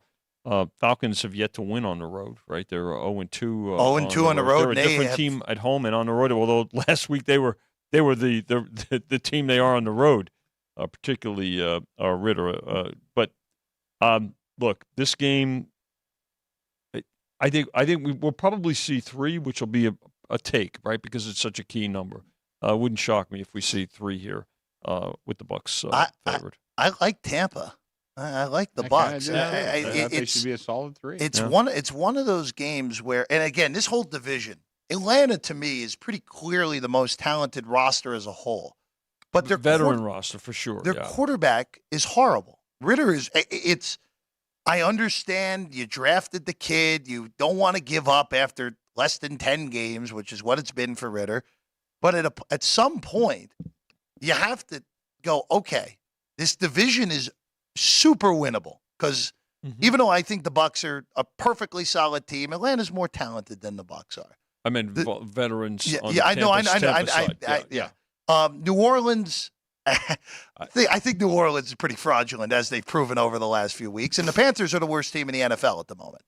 So, if you're Atlanta, do you take the leap to let Heineke play and try to win a division this year? And if you don't, you're drafting a quarterback in round 1 anyway, probably next year. So it's just one of those where you're missing an opportunity if you're the Falcons to win a division, and in an NFC that is very top heavy. Have a home game against the Cowboys. They're crazier There's things. There's still going to be 7 teams that make the playoffs out of the NFC. Yeah. Like they're good enough. They have more than enough talent to be in the postseason this year. But With Ritter, I don't know if you're good enough to get to the 9 wins, 10 wins that you need to make the playoffs. They ain't getting 10. No, they're not getting 10 with him. 9, you get 9 and 8, They but might that would get be 9. that would be the peak with Ritter as your Well, quarterback. I just looked it up as we were speaking because I wanted to see where Ritter stood with QBR versus the league. He's number 25. And I got to tell you, I'm shocked he's that high. I agree with you. I'm stunned that he's number 25. And then I looked up passer rating. It's a little bit different. He's number 24 there. And I'm shocked Stunned again. But I don't know. I'd like to see the QBR is some kind of mystical. We don't know what that is. But I do like it. I do like looking at it. Yeah. And it's one of those things where I think it can give you a little bit different of a picture. But I'm surprised he's that high because I think to your point, yeah, they got a pretty decent roster other than the quarterback. You might as well try something because he is not the answer. Not that Tyler Heineke's an answer either. You know what? I think it gives you a better shot of winning right now. In order to make the playoffs, which for this Atlanta team should be the goal more than anything, and Ritter, again, it's 10 games into his career. Maybe he turns it around. There have been no signs of him turning it around so far. So we'll see on that one. Tampa 2.5, though, on Sunday at home against the Falcons. All right, the game of the year, guys. Quarterback matchup of the century in Chicago coming next. The Bears hosting the Las Vegas Raiders, who are somehow 3-3 on the season. Yeah. Amazingly enough. I know, yeah. The Raiders are going to start Brian Hoyer. That is the report. It will not be Aiden O'Connell, so they'll go with the veteran after he was okay in relief a week ago against the Patriots. This reeks of a team fooling themselves that they're in a real position to be potentially in a playoff hunt instead of what they really are, which is a 3-3 against some bad teams, and they're going to fall out of it. Starting Hoyer this week. Tyson Badgnan out of Shepherd College in West Virginia gets the start for the Bears. Total has moved all over the place from 37, as high as 38 to 37.5. That one's pivoted between 37.5 and 37. And right now sitting Raiders 2.5 on the road here, guys. Well, the fact is that we've had Raider money every week, Chris, right? And I think there'll be Raider money here again, particularly with the quarterback situation. And again, now I'm not sure Hoyer's going to be on a long leash. We'll have to see. At some point, the Raiders are going to have to score more points. They're averaging 17 points, less than 20 points a game, and that's not going to get it done over the long haul, particularly in that division. So. I think there'll be Raider money, and whether or not it toggles back and forth between 2.5 and 3, Chris, I'm not sure. But we've seen for 6 weeks we've seen Raider money, and I don't think that's going to stop tomorrow. I hope you're right, because early in the week, before the news came out we kind of knew about the Bears quarterback. Fields' dislocated thumb. Yeah, we kind of knew about that, but we weren't sure about Garoppolo. A guy, he's a regular customer, but I mean, he's definitely no dummy. Yeah. He bet me $50,000 on the dog. Took the +3. Took a good number. I hope some of that Raider money shows up. I'm not sure how comfortable I would be needing either one of these two quarterbacks for a big amount of money. But right now, I do need the guy out of Shepherd for a pretty decent sized whack, because he wasn't the only guy that took the +3. There's a lot of others followed him once the news came out. The one note on the Raiders real quick, because of course this will be Hoyer and not Garoppolo. Yeah. Here are the Raiders points per game totals so far. 17, 10, 18, 17, 17, and 21 thanks to a safety on the last play of the game last week. There you go. That was the first time they scored 20 points. And for a team with the amount of talent on that offense, where you have arguably the best receiver in football, in Devontae Adams. You have Josh Jacobs, who led the league in rushing a year ago. That's not good enough. They've disappeared. No, they're 3, and the ridiculous part is they're 3-3. But when you beat the Broncos, the Packers, and the Patriots, that doesn't show me anything. Yeah. See, though, I would take issue with what you're saying about them having that illusion of being in the playoff hunt. Okay. If you're in that locker room and you're the owner, yes, 100%. Yeah, and you're the owner, you're the coach. You go and say, "Hey, man, we're 3-3." That's it. And I know, Jeff, and I know I'm a lot older than you, but still, you've been around a long time. Somebody comes out of the middle of the pack, or somebody comes out of nowhere every year and makes the playoffs. 100%. Every year, somebody comes out of nowhere. So I mean, I know if I'm anywhere near that locker room, I'm saying, guys, Why can't it be us? Yeah. Because you mentioned they have talent. There's no doubt about it.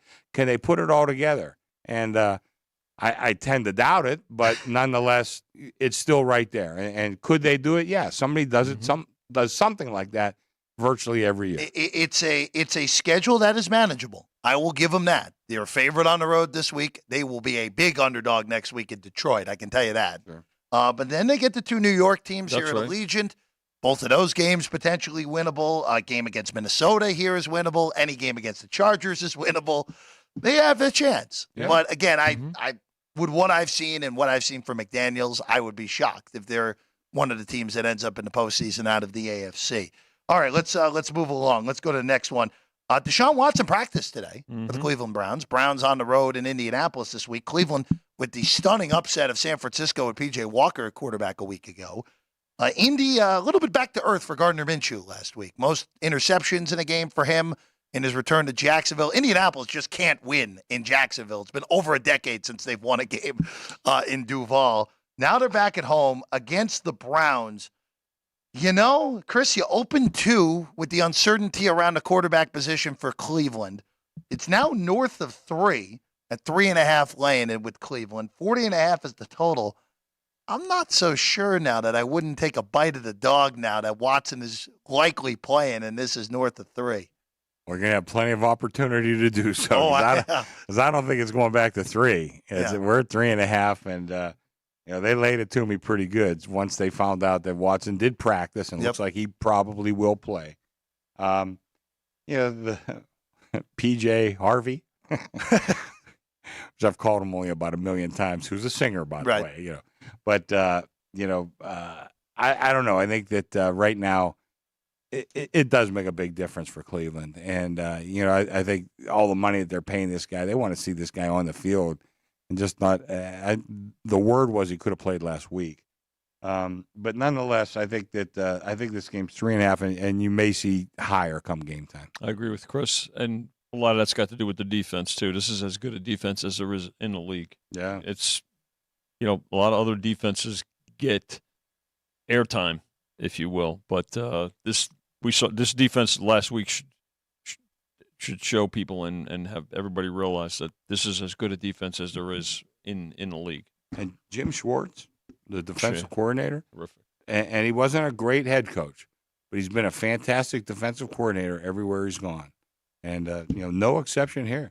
I mean, are they the best defense in the league? It's close. I'm not sure, but they're in the conversation, I can tell you that. It's Cleveland. It's San Francisco. It's the Jets. It's Dallas. It's one of those 4. I'd have them better than Dallas. Dallas come back a little bit the last few weeks. Dallas was a great defense against the Giants and the Jets offenses that are just lighting it up, as we know. Yeah, I think teams are starting to figure out, a way to not control, but control better Micah Parsons. Oh, he was pretty quiet except for the one sack at the end of the game. He had one big play. It was a big one, but it was huge. Yeah, but he was pretty quiet before that a week ago. Where do you think this number peaks out? You think we get to 4? I think we get to 4. Yeah. Okay. All right. Then I'm going to wait. I'm going to be patient here because this Indy team we've talked about with the Colts, they are very well coached. It's pretty clear that Steichen knows what he's doing, and they do have a really good offensive line that's getting healthier now. So I wonder if they're the ones who are able to slow down Myles Garrett and that vaunted pass rush as well of Cleveland. So, and also too, I know P.J. Walker's not any good, but an injured Deshaun Watson, with the way that Watson has played so far this year, is not that good either. So they signed Watson to the $250 million ridiculous contract. Okay, yes. His last full year with Houston, and his numbers were fantastic. They won 4 games. 4-12. Yeah, they won 4 games. Yeah. I mean, his number is his best statistical season ever, and they were 4-12. Yeah. So, again, he's not that guy anymore either. So, right now, Cleveland 3.5-point favorites against Indy on the road there at Lucas Oil Stadium. All right, this is a really good game that we're going to next. 2 teams that I think are good with biting kneecaps. The Lions on the road at Baltimore. The Ravens open 2, Chris. It's been bet up to 3. Total 44.5 to 43 on this game now. the Detroit defense has not quite gotten the due it deserves. Other than that game against Seattle in week 2, the Detroit defense has been great. They don't allow rushing yards. They inflict their will on the opponent. And now they go to Baltimore where I know the Ravens are in first place. Okay. I know they won last week. You know me. I'm terrible with names. Yeah. What's the kid out of Michigan? What do you For what? Aiden on Hutchinson? Lions? Aiden Hutchinson. Aiden Hutchinson. Yeah, Man, he's been great. this kid is unbelievable. I mean, he's good. He's really changed his defense quite a bit. I got to tell you, I opened the game too. I would have opened it lower if I'd have seen it lower. I don't disagree with it. I think this team is really good. They haven't gotten their due yet in the court of public opinion. You got Aiden Hutchinson, who I think is going to be one of the great defensive players. You got Jared Goff. I mean, he's in the conversation for the MVP. This kid is playing good football. I know the Rams maybe had their reason, and listen, they brought in Stafford and won a Super Bowl. Everybody won that trade. Yeah, I mean, listen, you can't knock the Rams for doing what they did. But Jared Goff is a pretty good quarterback, and he's got some weapons. I know they have a few injuries this week, too. Jahmyr Gibbs will play. So that is good news, even without Montgomery, that Gibbs, their first-round pick out of Alabama, will go. Okay. But I think especially at the 3. I like the dog in this game. I tend to agree with you. Vinny, I do want to bring this up real quick because you and I have talked about this a lot on this show. Wind, more so than precipitation, and wind is a factor here in Baltimore this week. Yep. 16-mile-an-hour consistent winds, gusts up to 30 in this one. So, again, two teams that have stopped the run so far this year. Both Baltimore and Detroit have. And, again, you are dealing with, granted, on the Baltimore side, you're dealing with the best kicker that's ever done it in Justin Tucker. Yeah. So who knows how much the wind would impact him. But it could impact Riley Patterson, who's on the other side. A couple of aspects of this game. First of all, Ravens with one of the better home field advantages in the NFL. Great fan base. I'll tell you this about the Lions. I've said all along that the reason the Dolphins are never out of a game is because they can score. And, whatever they give up, whether it's a shootout or if it's a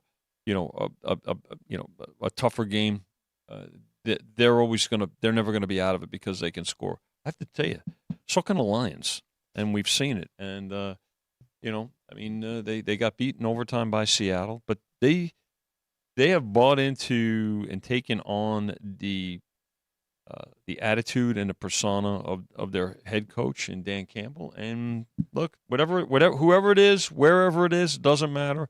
They go out and they're always in a game. Now, who knows what's going to happen here? It's a field goal, but this is a game that this should be this should be the game of the morning in terms of betting interest because of the two teams, and I think everybody's going to get involved in it. We talked earlier about this. Everybody really going to get involved with the Raiders Bears? Maybe it's a wait and see.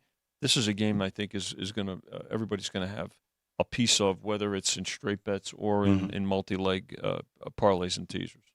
I'm with Chris on this. I do favor the dog here. I would look to the dog in this one, especially getting the whole field goal. And Baltimore wins the game by 3. I'll just take my money back. I mean, that's the thing. And we mentioned this before. At least I mentioned this before.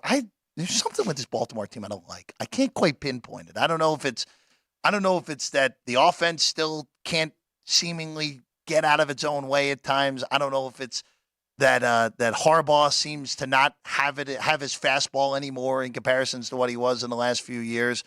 But there seems to be one little thing off every single week with Baltimore. Yes, they're in first place. Yes, they're 4-2. Probably going to be a playoff team, but may come back to bite you in a game like this against a really good team. So that's where I'm kind of at on the Ravens. Well, as a Steeler fan, I hope you're 100%. Well, I mean, again, that game was case in point. A game they totally dominated and totally found a way to lose to Pittsburgh a few weeks ago. I think there's a difference, a transition of Lamar Jackson and doesn't want to run as much as he did in the past. He wants to stay healthier, and I get it. There's monetary considerations there, so their rhythm is different. I'm not saying it's right or wrong. I mean, but I think that's part of the certainly the adjusted handicap. Let's go to the AFC East, guys. Next up on the card is 459 and 460. Boy, It's not my teenage year Patriots anymore. I mean, the Patriots lose to the Raiders last weekend. They're now 1-5. They're 72 points scored to 152 allowed. That's negative 80 on the point differential. And now comes walking into Foxborough, a team that has really had their number the last 2 years, and that's Buffalo. The only game that New England has beaten Buffalo the last 2 years was that ridiculous wind game on the Monday night where Mac Jones threw 3 forward passes and New England won. Other than that, the Bills have beaten New England by double digits all 4 other games, including the playoff beatdown. And now they go to Foxborough off of, you want to call that lackluster from Buffalo on Sunday night, even in the victory against the Giants. If it wasn't for some bad clock management, the Bills probably would have lost that game against Big Blue. Chris, from 9.5 to 8.5 on Buffalo in Foxborough, 42 to 40.5 here. Well, wise guys are on the dog here. Yeah. You know, I mean, we opened 9.5. I wanted to, it's again, one of those to see. Are we going at 10 with this game or what? Sometimes once you're, and I always say, like, if you're booking a game and the favorite gets past 7, the walls have been breached. You have no idea if you're going at 10 or what. Well, this kind of went the other way. Open 9.5, and I thought we might get to 10 with this. Matter of fact, some of my early action was on the favorite. I did not go to 10, but they wound up taking the 9.5 to 9, and they're even taking the 8.5 right now. I see 7.5 and 8s out there. I see 8.5 as well. But the play is definitely on the dog at this point from the sharp players. We know the injuries to the Patriots, right? Probably the longest horrific defensive injuries list of any team, but the Bills have incurred injuries. If you look at the Bills' last 3 games, significant injuries to key players on both sides of the ball. The Milano injury is the biggest, I would argue, for non-quarterback injuries this year. The Milano injury is the biggest injury in the league this year because he is the heartbeat of that really good defense. And even though they held the Giants without a touchdown last week, Giants not always a major accomplishment. Giants moved the ball a lot better than you would have anticipated a week ago against that defense. The Giants held themselves without a yes, the Giants held them. Yeah, you are correct on that, Vinny.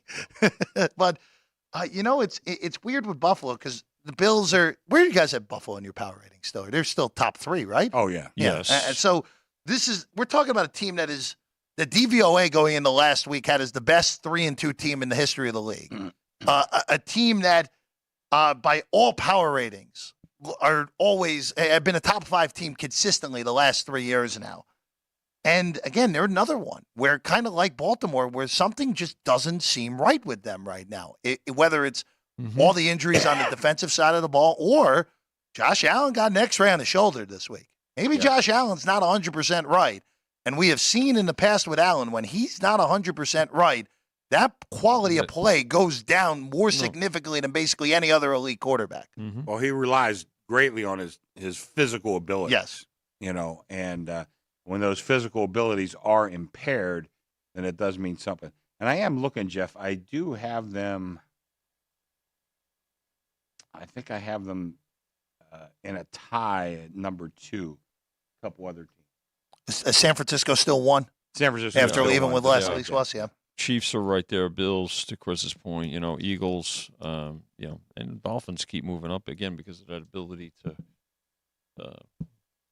score. But I think it bears watching though to see what the Bills are going to do as we get closer to the trade deadline, because they need some, because of the injuries they've incurred. They're going to need probably to make a couple of moves. Yeah, again, it's a very competitive division. Sure. In the AFC East, even though they already beat Miami, Miami is a game ahead of them in the standings. Yeah. The Jets already beat them once, so they have a division loss on the ledger already. And the schedule that gets progressively more difficult through the year. If you're Buffalo, you got to handle your business the next 2 weeks. Get yourselves to 6-2, and still in pretty good shape, all things considered. Without it being perfect through the first 8 weeks for the Bills. Yeah, but you know what? You want those teams coming into Buffalo and December and January. You know, it's a little bit. The one thing I will say with that, it's a little bit different with this version of the Bills with Josh Allen at quarterback as opposed to when they were making their Super Bowls, where you had Thurman Thomas on those teams. You could just grind the heck out of your opponents with a Hall of Fame running back. Josh Allen has not been as good in those cold weather games as you would have expected for a guy who has the great arm that he has. He does have a great arm. They can cut through some wind, you would think. You would think, yeah. Well, remember, that's why they picked E.J. Manuel, because he cut through the wind in the workout. And that worked out great, Chris. But you know, it's a Buffalo team that, again, they'll be in the playoffs. They'll be in the playoffs. We know this. But it's a team that, again, I still would rather have KC futures on them. I think I'd rather have those blooded numbers on Miami right now that we're out there before the year. All right, I want to get to the last 10 a.m. game before we take a quick break and get to the afternoon games. Oh, boy. Doozy in the Meadowlands here, guys. Washington, how about a road win for Washington last week? On the road, get it done in Atlanta. Mm-hmm. Moved to 3-3 on the year. The Giants, boy, it's weird to say about a team that was over a 2-touchdown underdog that they blew the game, but the Giants blew the game last week in Western New York against Buffalo. A very winnable game with the way it played out. And the Giants find a way to lose 14-9. Folks, you don't want to have 0 points with 2 possessions that go to the 1-yard line. Just going to throw that out there for the Giants. Chris, you opened 2. You're up to 3 now on the Commanders. And this is also another total that got banged to the under from 40 to 37. Yeah, you know, and again, everybody remembers what they saw last week. And they saw the Giants play really well, although they lost. Then you saw Washington win on the road. And, you know, I don't know. I mean, to me, I think the 3 is a little bit too high. I tend to agree with you. And I know Jones has not been cleared. Coin flip on Daniel Jones right now. I'm not sure I care. You know, it's not a lot of I like Tyrod right? Taylor. I mean, he's not bad. This kid is not a bad quarterback. And he certainly doesn't give up the ball the way Jones does. And I think Jones has way more ability. And, yeah, if I was going to bet a franchise on one of the 2, I would take Jones. But I'm not betting the franchise. I'm betting this week's game. And I think the 3 is a little too high. I think you got to take the points here or take a money line with the dog. Not a significant drop-off from Jones to Taylor, given Jones' performance this year. Bigger impact, though, yet more offensive line injuries for the Giants in this game, and pretty brutal. I mean, now there are a few. You know, a month ago, or at the beginning of the season, the Giants were a 3 or 4 point favorite in this game. Yeah, I mean, let's face it. I mean, so it tells you about their performance, but it tells you too about their injuries. So here they are now, a full field goal home underdog here, and the offensive line just continues to get worse.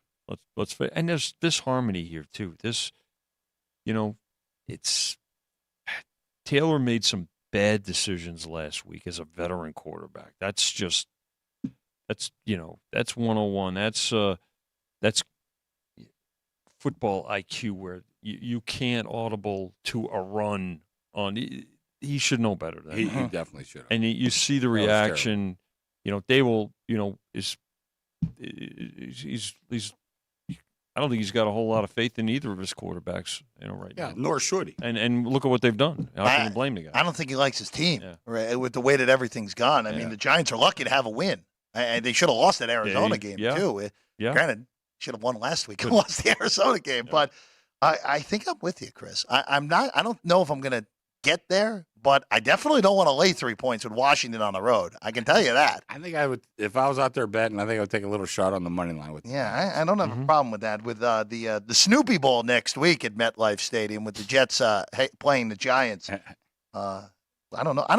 The one concern, as always, with this Giants team is how are they going to block anyone? They actually held up all right against Buffalo a week ago. Ask them to hold up again this week. Chase Young is having a very good season under the radar for Washington. I'm concerned about the ability of the Giants to block anyone again after a good week last week. Giants defense was good last week, though. Giants defense has been both Giants defenses were with good with all the time they've spent on the field this year. The Giants defense has not been as bad as people have thought on it this year. Yeah, good point. So, all right, we're going to take a quick break. When we get back, we're going to the afternoon slate. You know, a very interesting game in L.A. Steelers off the bye. The Rams look to have figured things out yet again. It'll be a good game there in L.A. We'll break that one down. An AFC West matchup, and, of course, the big one on Sunday night. We'll get to when we get back next. Sports by the Book here at the South Point studio.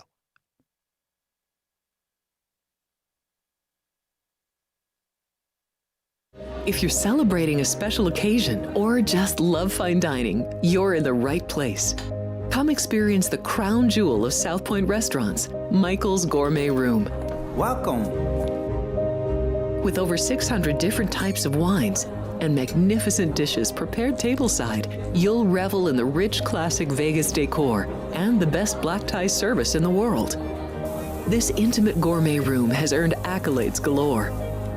Come to Michael's Gourmet Room for an unforgettable dining experience. Another famous restaurant is the Silverado Steakhouse, where you'll find the charm and service that discerning patrons require. From top quality steaks and chops to fresh seafood and desserts, you'll love the award-winning wine list and menu at Silverado Steakhouse. Steak lovers have even more options with primarily prime rib. Catering to hearty appetites, the menu features a variety of flavorful prime rib cuts, dry-aged to ensure tenderness, and then seasoned and slowly roasted. Although prime rib is our specialty, it's not the only thing on the menu. There's something for everyone. And if you're craving a taste of Italy, come experience delicious Italian cuisine and the attentive service at Don Vito's.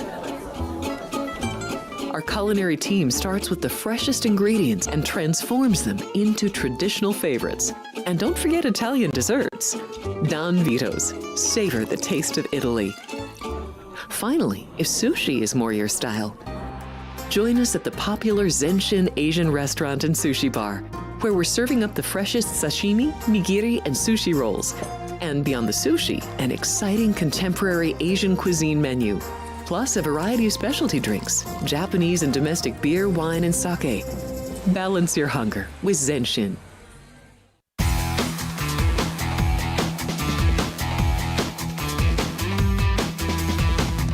Welcome back in Sports by the Book, our final segment for today, Football Friday. I'm Jeff Parles. Chris Andrews is here. Vinny Magliulo is here.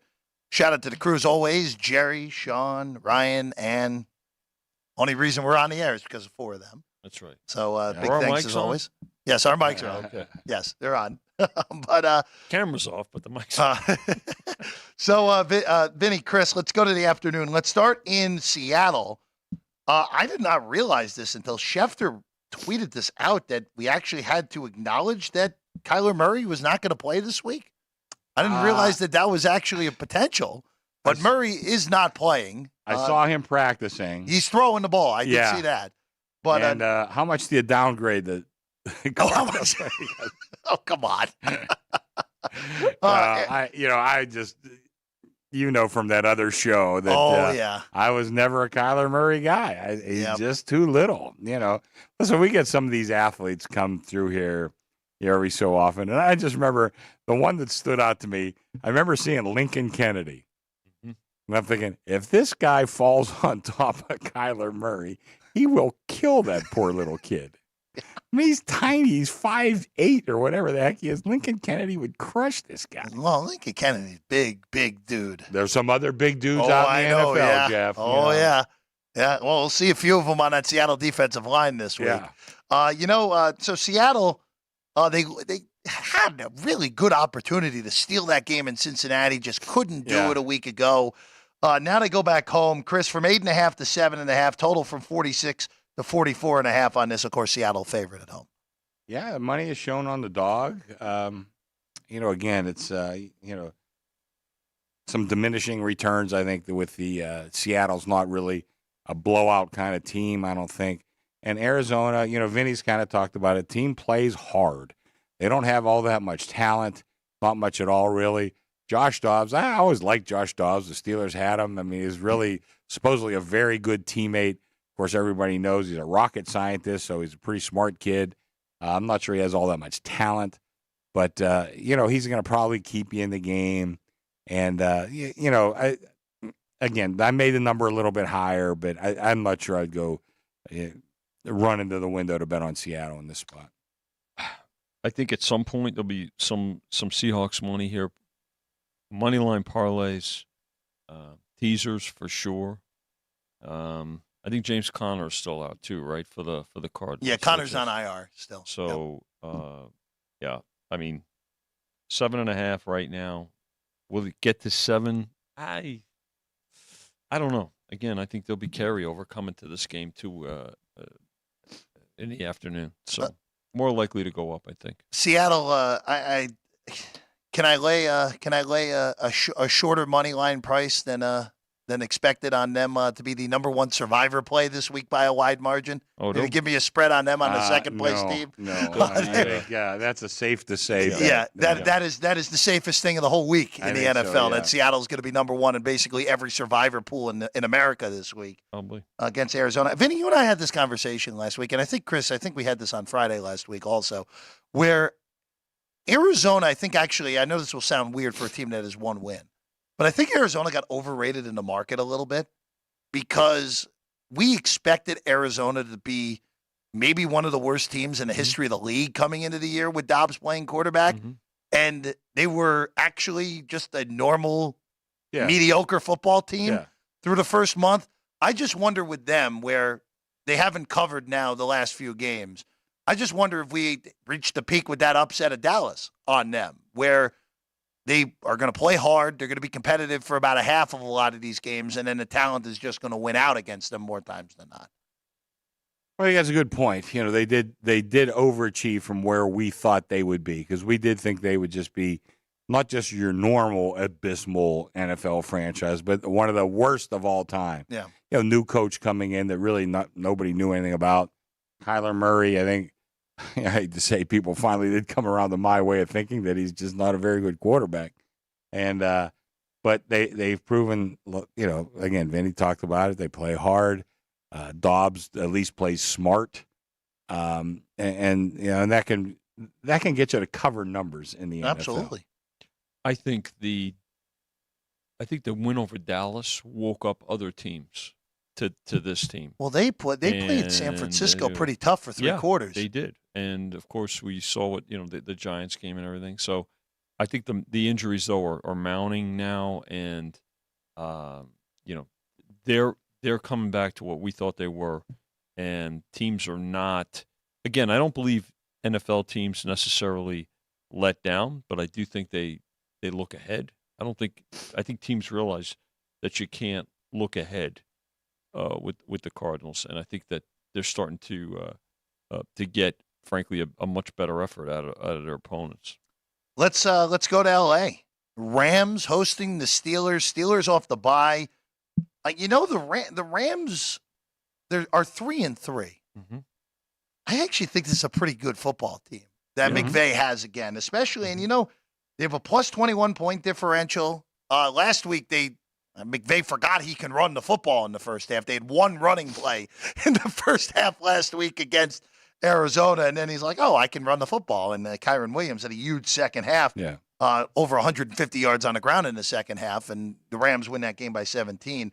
But he's going to be out this week. He's out, and his backup is out. And Rivers, Ronnie Rivers is out as well. So it's going to be Zach Evans and Royce Freeman and Darrell Henderson, who got signed again. So it's a weird mix of running backs this week for the Rams against a Steeler team, Chris, that we all know you cannot be one-dimensional against the Pittsburgh Steeler defense. Rams 3.5 with a total that's actually been bet up this week from 42.5 to 44. Without the injuries, I made the Rams a 4-point favorite. Okay. Now, how much do those injuries impact? I think they impact quite a bit, really, because it's your top two running backs. And even though, like you said, McVay didn't run the ball at all the first half, you still better have that in your arsenal. The Steelers are, I mean, I've seen NFL teams like this over the years. They hang around, make a big play, because they do have a couple of big play athletes that could make a big play in key situations, and they can pull out a win. Now, last week, I had talked about it on this show and some other ones, I thought the Rams were a team on the rise. And, healthy, I still would think that. I thought they were very impressive to me last week. And I would probably look to play them this week, except for those injuries. And at this point in time, I don't have a strong opinion. You want to talk about in-game betting? This might be one you want to look at in-game. How much will those two running backs missing have as an impact on the Rams? And if it makes their offense futile, then that defense for the Steelers will be able to, kind of pick them apart. Even with – I'm sorry, Chris. Go ahead. No, I was just going to say, so, I mean, that to me looks like a perfect in-game betting opportunity. But you'd have to judge early because I think that's going to be the telltale sign. Yeah, I think Chris hit on a key point because what the running backs did, too, was make their passing game better, right? So, and against the Steelers, if you can't run the ball or at least balance, they're gonna come and put an enormous amount of pressure. Yeah, you let Watt and Highsmith run wild, and I didn't mean to interrupt you. I'm sorry, but you let those guys, and that's going to really impact the game. That's it. That's the way I see it. I'm with you on what you said there, Chris. If this was a little bit of a better health situation for the Rams, I would look to lay with LA this week. I think they're the better football team in this game, but the worry of being a one-dimensional team against those guys, and especially when you can have Watt and Highsmith pinning their ears back, knowing that Stafford's going to probably have to throw the ball 40 times in this game, makes it a lot harder to lay a 3 and a hook with LA in this game. So this is, I think I'm with you. I think this is a good in-game position you could take as well.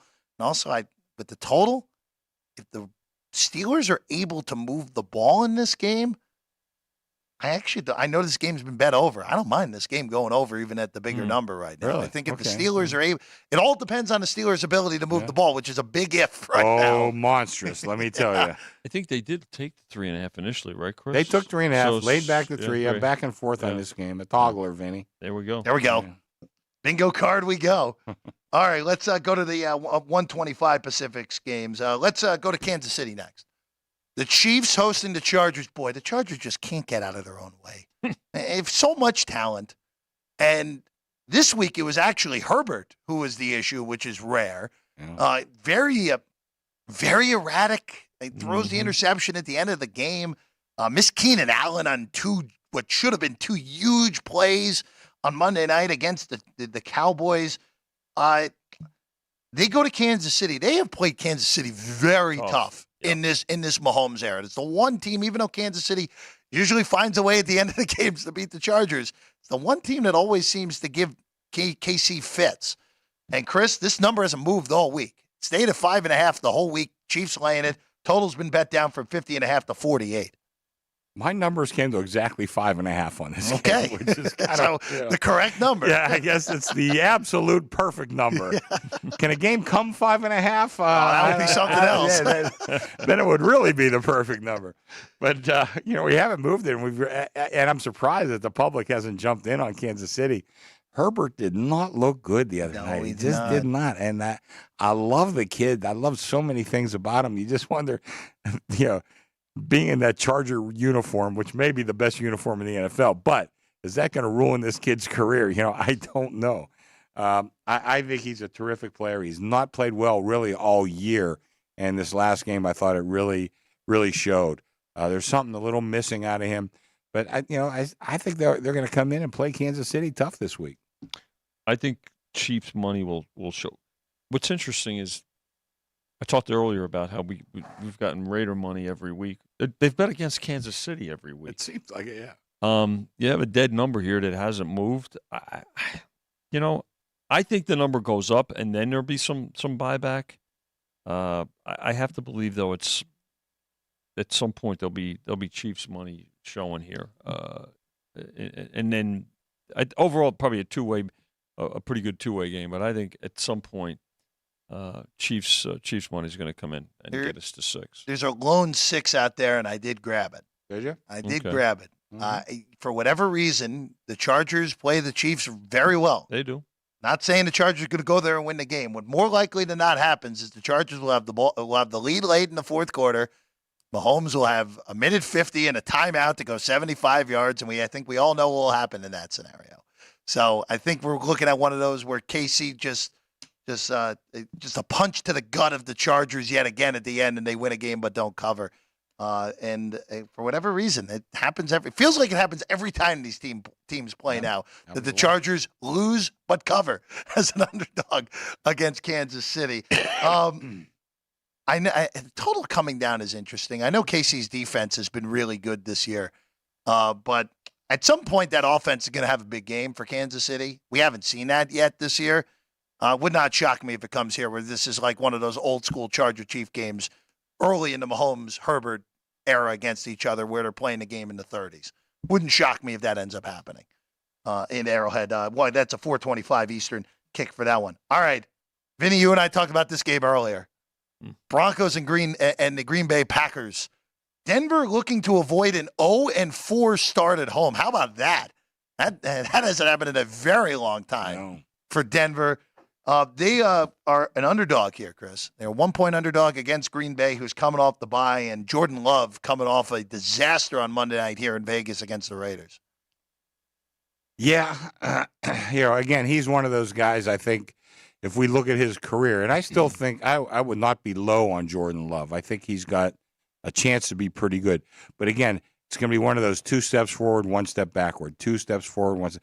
Now, if he starts taking 1 step forward and 2 steps backwards, that's a bad sign. I think this is going to be a big game for them and for Jordan Love. I mean, talk about disarray. I actually made the Packers a little bit higher, like 2, nothing crazy. But there's just so much discord on this Denver team. A guy whose opinion I trust. Matter of fact, I'm trying to try to get him on the show at some point. I talked to Vinny about him. But he usually pretty well tuned to the NFL. He says, don't be surprised if Peyton cuts his ties before the end of the year.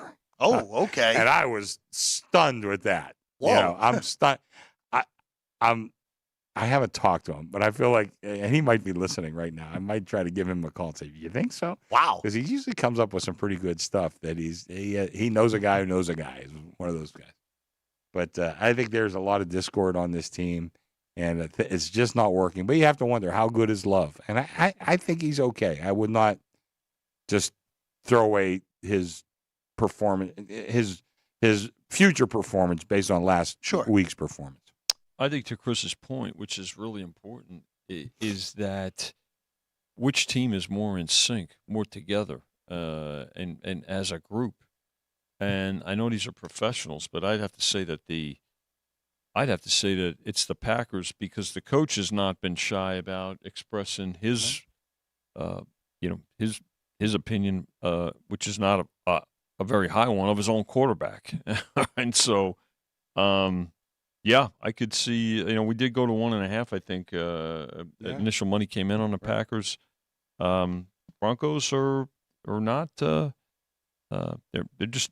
not doing anything well. I mean, I guess you can make a case for their defense is playing is certainly better than the offense, right? But it's a situation here where this at some point is a tear down or a rebound. This is a team that's going to be.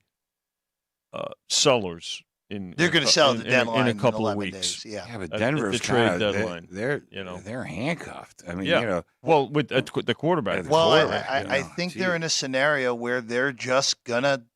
I would be stunned if Peyton's one and done. I would be shocked at that. I would too. But boy, they have a bad future in front of them because of that. Well, they might just be in a scenario where they could be picking high enough in the draft. They have their pick again now.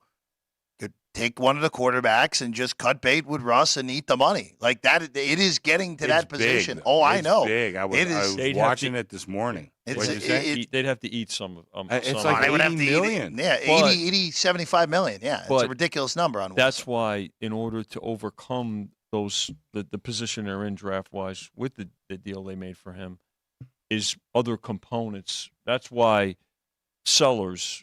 At the trade deadline, one of those 2 wide receivers is getting dealt. It's just a matter of will it be Judy or Sutton. Judy's been dreadful this year, and Sutton is an enigma to me. I just can't figure the guy out.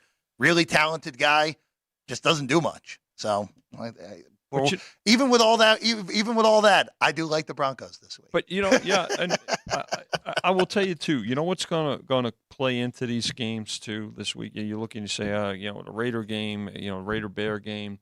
What kind of appeal is there? The Packers, Broncos, maybe. Remember this: there's 6 teams on a bye this week. Yep. Yeah. So the games that look like they're going to be so handled, they won't be as there won't be as much handle on some of these games as others. But the fact of the matter is that with 6 teams on a bye, that's 3 less games. Yeah. So where are we going to put our money? Player's going to play. Right. Player's going to play for sure. That's it. Yeah. I knew a guy, Injun Joe, dear soul, passed away. Joe, how's it going? He pulled out his money. It all plays. He was a total degenerate gambler, one of my favorite characters of all time. All right, let's go to Sunday night, guys. The best game of the day.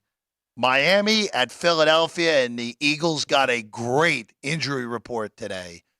Looks like they're all going to play. I could see, just as we're talking in the last minute, we just went to 3. There you go. So that's our guys back there. I had nothing to do with it, but they ain't going to 3 on nothing. I can tell you that. Yeah. They got bet. Slay, Carter, Johnson all look to be in this week against Miami. That team fell apart when Johnson went out last week. They couldn't block. The best offensive line in the league could not block last week when Johnson went out of the game. And so I'll ask you this with Miami, Chris.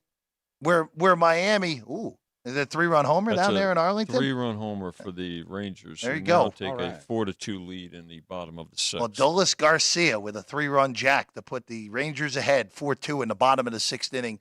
Looking to go ahead 3-game winner. That one will be up 3-2 with that series shifting back to Houston on Sunday. But back to Sunday night real quick here, Chris. So you moved to 3. Just happened on this game. At the lower numbers this week, I really liked Philadelphia. I thought this is the perfect bounce back.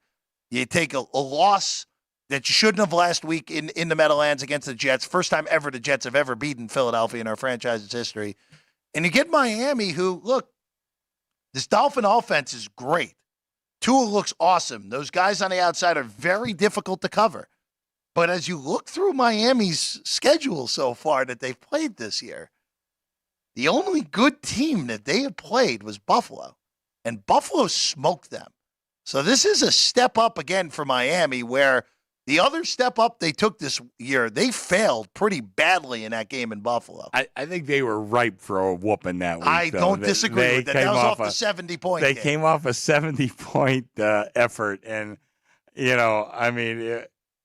things in this league, things in life are not linear, and things in this league are really not linear. Correct. It goes like this. And I remember watching that game, and I was with my wife. Later on we were talking about it. I says, man, when you score, I don't know how many 70s have been put up in the league, probably not like many. 0. I said, but whenever you score like that, I'm telling you right now, the next week they are not the right side. Whatever the line may be or whatever, that is just not going to be the right side. Eagles are the healthiest that they've been all year. Yep. Even including week 1.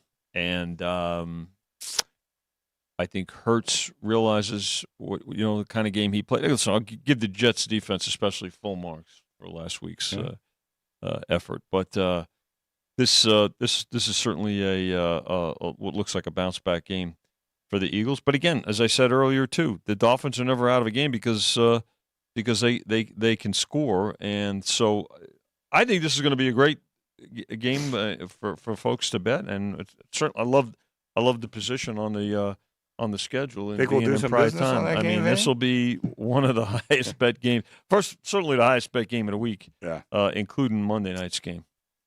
I think this is the perfect bounce back for Philadelphia. I know, the 3 is starting to scare me a little bit. Now. But I do have to respect the move that has gone from 2.5 to 3. You have to respect that. 100%. And it's just one of those where we talked about the Eagles. They were 5-0. They were 4-1 against the number, and something wasn't right. And it all came back in one fell swoop in that week last against the Jets, where Hurts was throwing the ball to the other team. They couldn't block. Their defense played pretty well in that game, but that was more a Zach Wilson thing more than an Eagle defense thing. But they feel right this week, which probably means Miami's going to win the game by 17. But that's a different discussion for a different day. All right, we got 90 seconds, guys. Let's just go to it real quick for Monday night. Niners and the Vikings. Chris, you guys have the lone 6.5 in the market on this game with a 44. I got bet big. Believe me, I thought 7 was a good opening number. I like that my power ratings came a little higher, but there's injury problems for this Niner team, and we're looking at diminishing returns, anything, touchdown or more. But I thought 7 was a good opening number, but they took it off me with both hands. So here I am at 6.5. 6.5, 7, laying 6.5, taking 7. McCaffrey, probably the biggest impact to the injuries. But again, it's coupled with a cluster of others, including Deebo Samuel being questionable. Trent Williams too. That might be the biggest of all three. So you have to take all of that into account. I mean, is McCaffrey the single most impactful player outside of a quarterback? Certainly, I would say. But when you combine it with what we don't know about Samuel's status, offensive line status too, so it's adding up. Minnesota's schedule is setting up here now, though, to allow them to potentially get back into things, as ridiculous as that may seem. After this week, Green Bay, Atlanta, New Orleans, Denver, Chicago, Raiders. That ain't Murderer's Row coming up for Minnesota. Jeff, like I said, 7 teams are making it out of the NFC, and I'm not sure there ain't but 4 good ones. I think 4 is the number. I think 4. So 3 of them showing up. That's just the way the rules are. You know what? I'll go 4.5 because I think Seattle is pretty good. Okay. I think Seattle on select weeks doesn't look particularly good, but I think Seattle's closer to those 4 than the rest of the herd. But, hey, look, crazier things have happened in Minnesota. It could be 2-5 after this weekend, and we look up in 6 weeks and be like, wait a second, when did they get to 6-5? Despite having a negative point differential yet again. So we'll see how it goes. We'll talk about that more throughout the weekend, a Monday night game, which should be a good one in Minneapolis. That's all the time we have here today. Again, the Rangers have taken a 4-2 lead on Houston as they play in the 7th inning. Looking to take a 3-2 lead in the ALCS. For Chris Andrews, for Vinny Magliulo, for the crew, and Jerry, Sean, and Ryan doing a great job back there as always. I'm Jeff Parles. We'll see you again tomorrow at 8 in the morning here at Sports by the Book. It'll be myself, Vinny, and Alex White for that one here at the South Point studio.